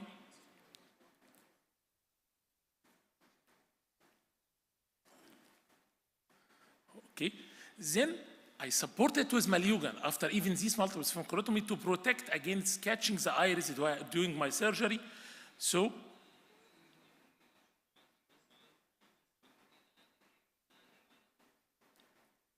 you can finish the case with easy, simple, and multiple procedures. You must have multiple weapons to conquer your enemy. Cleaning, polishing the posterior capsule, doing everything you need in safe condition. Next, for the sake of time. Next. Sometimes intraoperative narrowing. This is one problem more, okay? Case which you are operating easily, no problem at all, doing your phaco after rhexis, division of divide and conquer. All of a sudden, narrowing of the pupil may be a problem in dynamics. Maybe I touched the iris. There is some fault, sure, fluidics at least. So in this condition, it is difficult to deal with this nucleus with narrow pupil. Here, inject adrenaline. As you see, the same cannula. Thanks, Dr. Yahya. Failed. So I am trying to insert Malyugan ring in the middle of the surgery. A little bit tricky, as you may catch the capsule. Take care. In this condition, you may catch the anterior capsule rhexis, so it may things difficult, so you may back subluxation or something like this. I ensure insertion of the eyelets. After insertion, you must check for the centration.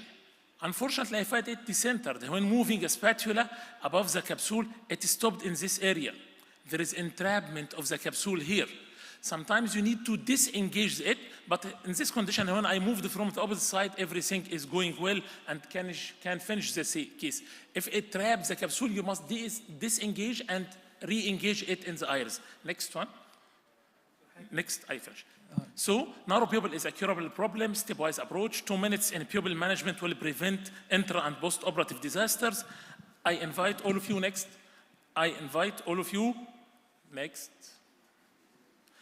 To the international meeting of the Egyptian Ophthalmological Society in April 24 to 26 in Cairo. All of you are invited with much welcome in Egypt. Thank you. Next.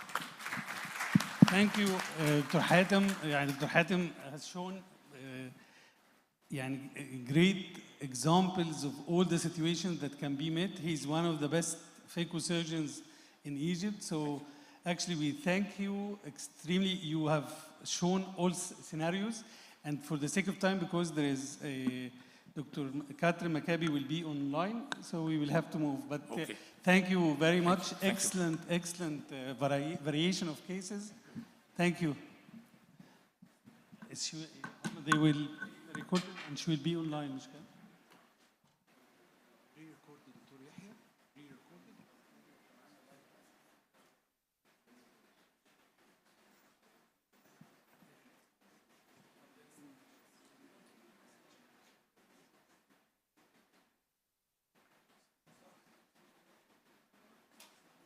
Hello, I'm Kathleen McCabe, and I'm going to present a case of gluttony where I should have stopped there, but clearly I did not. And there are some lessons to be learned, and I will share that with you here.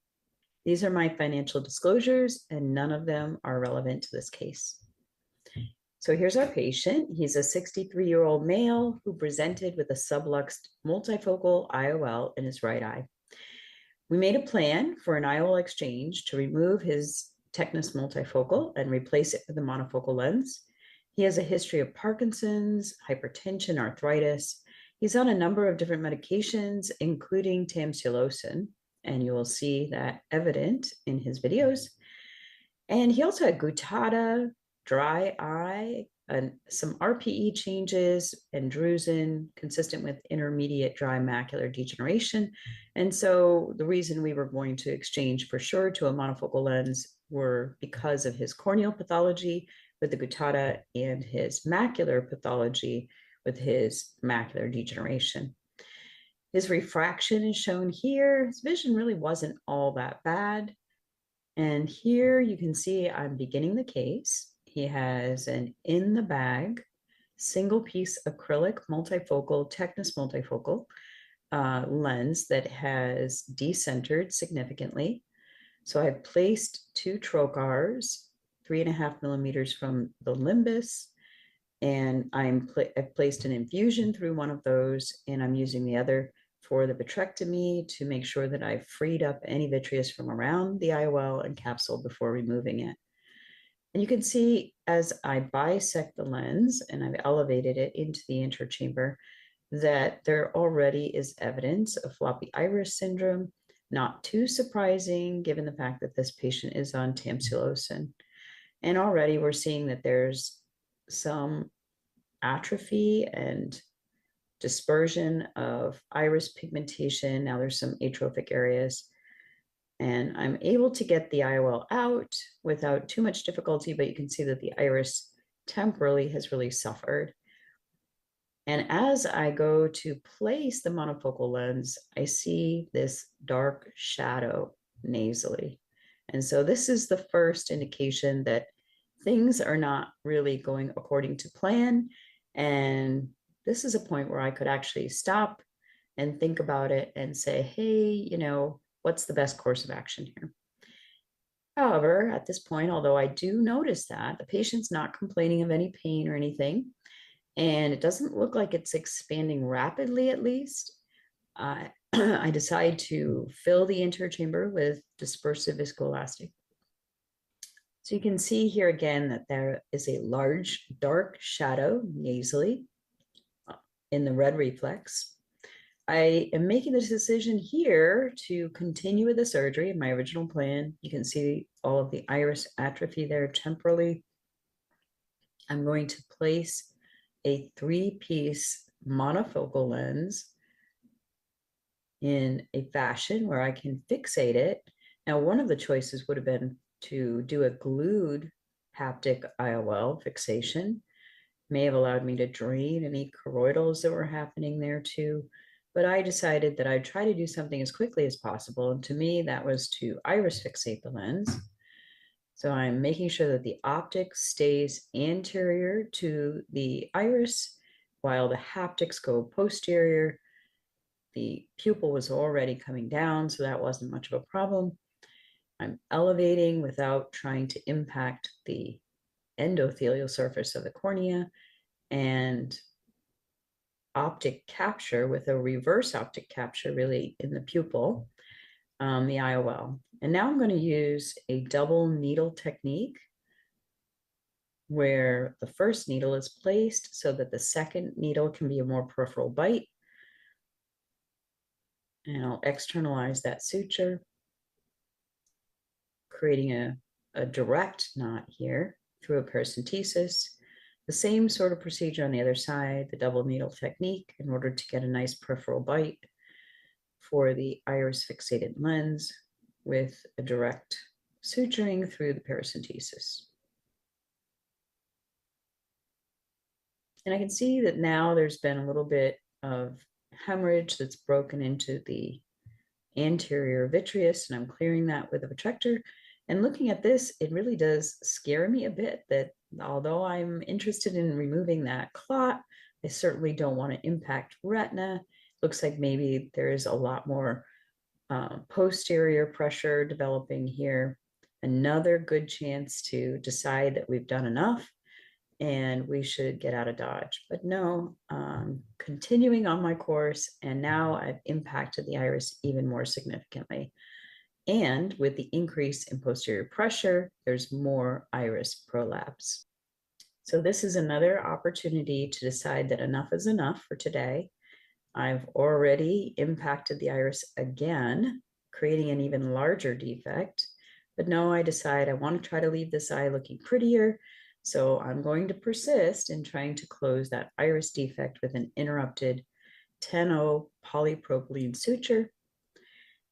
You can see there's greater and greater amounts of posterior pressure, really impacting the iris more and more. Not sure I'm really doing any good here anymore, or that it's going to look as pretty as I'm hoping. And now I'm running the risk of having such an elevated retina with this suprachoroidal hemorrhage that we either get more prolapse of intraocular contents, or perhaps my vitrector impacts the retina. So bad things can happen here. Probably a much better course would be to stop, close the eye long before I get to this point, and come back another day to do the iris repair. But I'm going to persist, finally deciding that, yep, enough is enough. And we're going to put in a suture in the cornea, close the eye, something that probably should have happened long before this, and be done for the day. So I was lucky that there wasn't any further expulsion of intraocular contents. I did not impact the retina with my vitrector, and the patient had a reasonable pressure the next day with an intact eye. Here's what the B scans looked like, either immediately postoperatively, another couple weeks later, I guess that's about 10 days later. And at 1 month, there was a pars plana vitrectomy performed as the hemorrhage had more liquefied and the choroidals were drained. And this is what the patient looked like a little over a month later. So at 10 months, the last follow-up when we saw this patient, he had already undergone that surgery with a pars plana vitrectomy and drainage of the suprachoroidal hemorrhage at that 1 month after his IOL exchange. In his conversations with me, his biggest concern was wondering why I did not sew in a multifocal lens. Remember, the patient had guttata and intermediate dry macular degeneration. His IOL was stable and centered and fixated well to the iris. You can see there's significant iris atrophy, and you would imagine that the patient is noticing some glare from that. And he continues, of course, to have his dry macular degeneration. So what I learned is, number one, always confirm that the trocar placement is where you expect it to be for the infusion prior to removing the stylus. And I didn't confirm that well enough. So that could have been a contributing factor. You should consider coming back another day to complete the surgery, either the IOL placement, that could have been a good time to stop, not trying to attempt an iris repair until there was not an active situation happening in the eye. So when you have something that's happening actively and compromising the safety of the eye, it's always okay to come back another day and finish the rest of the surgery in a safer manner.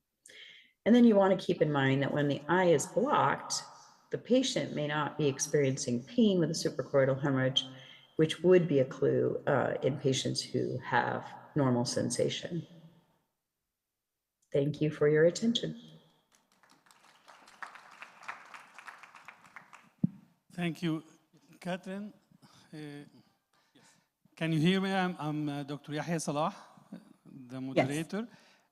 Interesting, disastrous case that ended very well. So I have an observation I want to ask you. I didn't see at any part of the video that you had an infusion cannula. You only had the trocar opening for the vitrectomy, and I didn't see any infusion while you are inserting the lens or later on. Why is that? Yeah, there were two trocars that were placed right at the very beginning of the video. And it's just because of where the centration was that you don't see that the infusion trocar, which was superior in our view of the video. It just was never on the video, but it's there. One of the things that is very important always we talk about is that once you diagnose there is suprachoroidal hemorrhage, you should close the eye, but you didn't. You kept going. So you are depending a lot of your luck, or is it, what's the reason? I think it's good to be lucky. Yeah, no, I don't think that, and certainly I hope the message that I'm conveying with this video is not that it's okay to proceed. It would have been a much better idea to close the eye, to make a stable situation. Every time you do something like when I was evacuating the clot that decreases pressure within the posterior segment, you may be exacerbating the hemorrhage. And of course, it's not an ideal situation. I think it was, at the time, I just wanted to be able to get everything done I could, which is not the correct thing. This is why this is appropriate for gluttony and one of the 7 deadly sins. I got away with some gluttony. Sometimes we do. We eat a little too much and we don't have bad consequences. So, but no, I would not suggest that you have an entire meal of donuts and you should not continue with a suprachoroidal hemorrhage. It would have been a better situation for the patient, really, to come back another day, put the intraocular lens implant. At that point, I could have not implanted the lens and come back to, solve any problems with the iris and implanted a secondary IOL once everything else was resolved and the patient was stable. Thank you. This is now a clear message for everybody. Thank you. Hi, Kathleen. I am Ashraf Armeya. I'm thanking you so much for being with us, dedicated to be with us in spite of the situation that we all know that you are not feeling well. But thank you so much for being live with us and hope to see you in person next year, not this year. So thank you. I know this is your last presentation with us. Thank you so much. Thank you so much, Kathleen. Thank you so much for having me. And I would love to be there in person again. So thank you for the invitation. Thank you so very much. Now we would.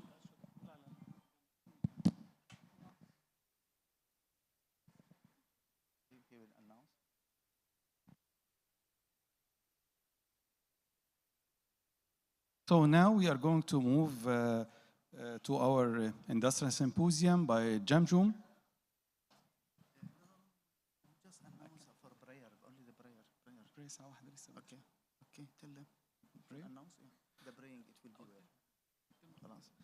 We will announce that there will be a praying up in the upper floor, organized for praying at 1 o'clock, something like that, 1:05. And thank you. We just want this. Okay, you can now announce. Hello, good afternoon. I'm Mohammed Al-Shiwi, the product manager for Jamjoom Pharma. We're pleased to be with you today. Inshallah, we have our symposium now. Our speaker will be Professor Yahya Salah for cataract and dry eye session. And our moderator will be Dr. Khudair Al-Tai. So I will leave the floor for them. Assalamu alaikum. Nice to meet you again. It's my pleasure to enter this meeting. The cataract and the dry eye. Hello.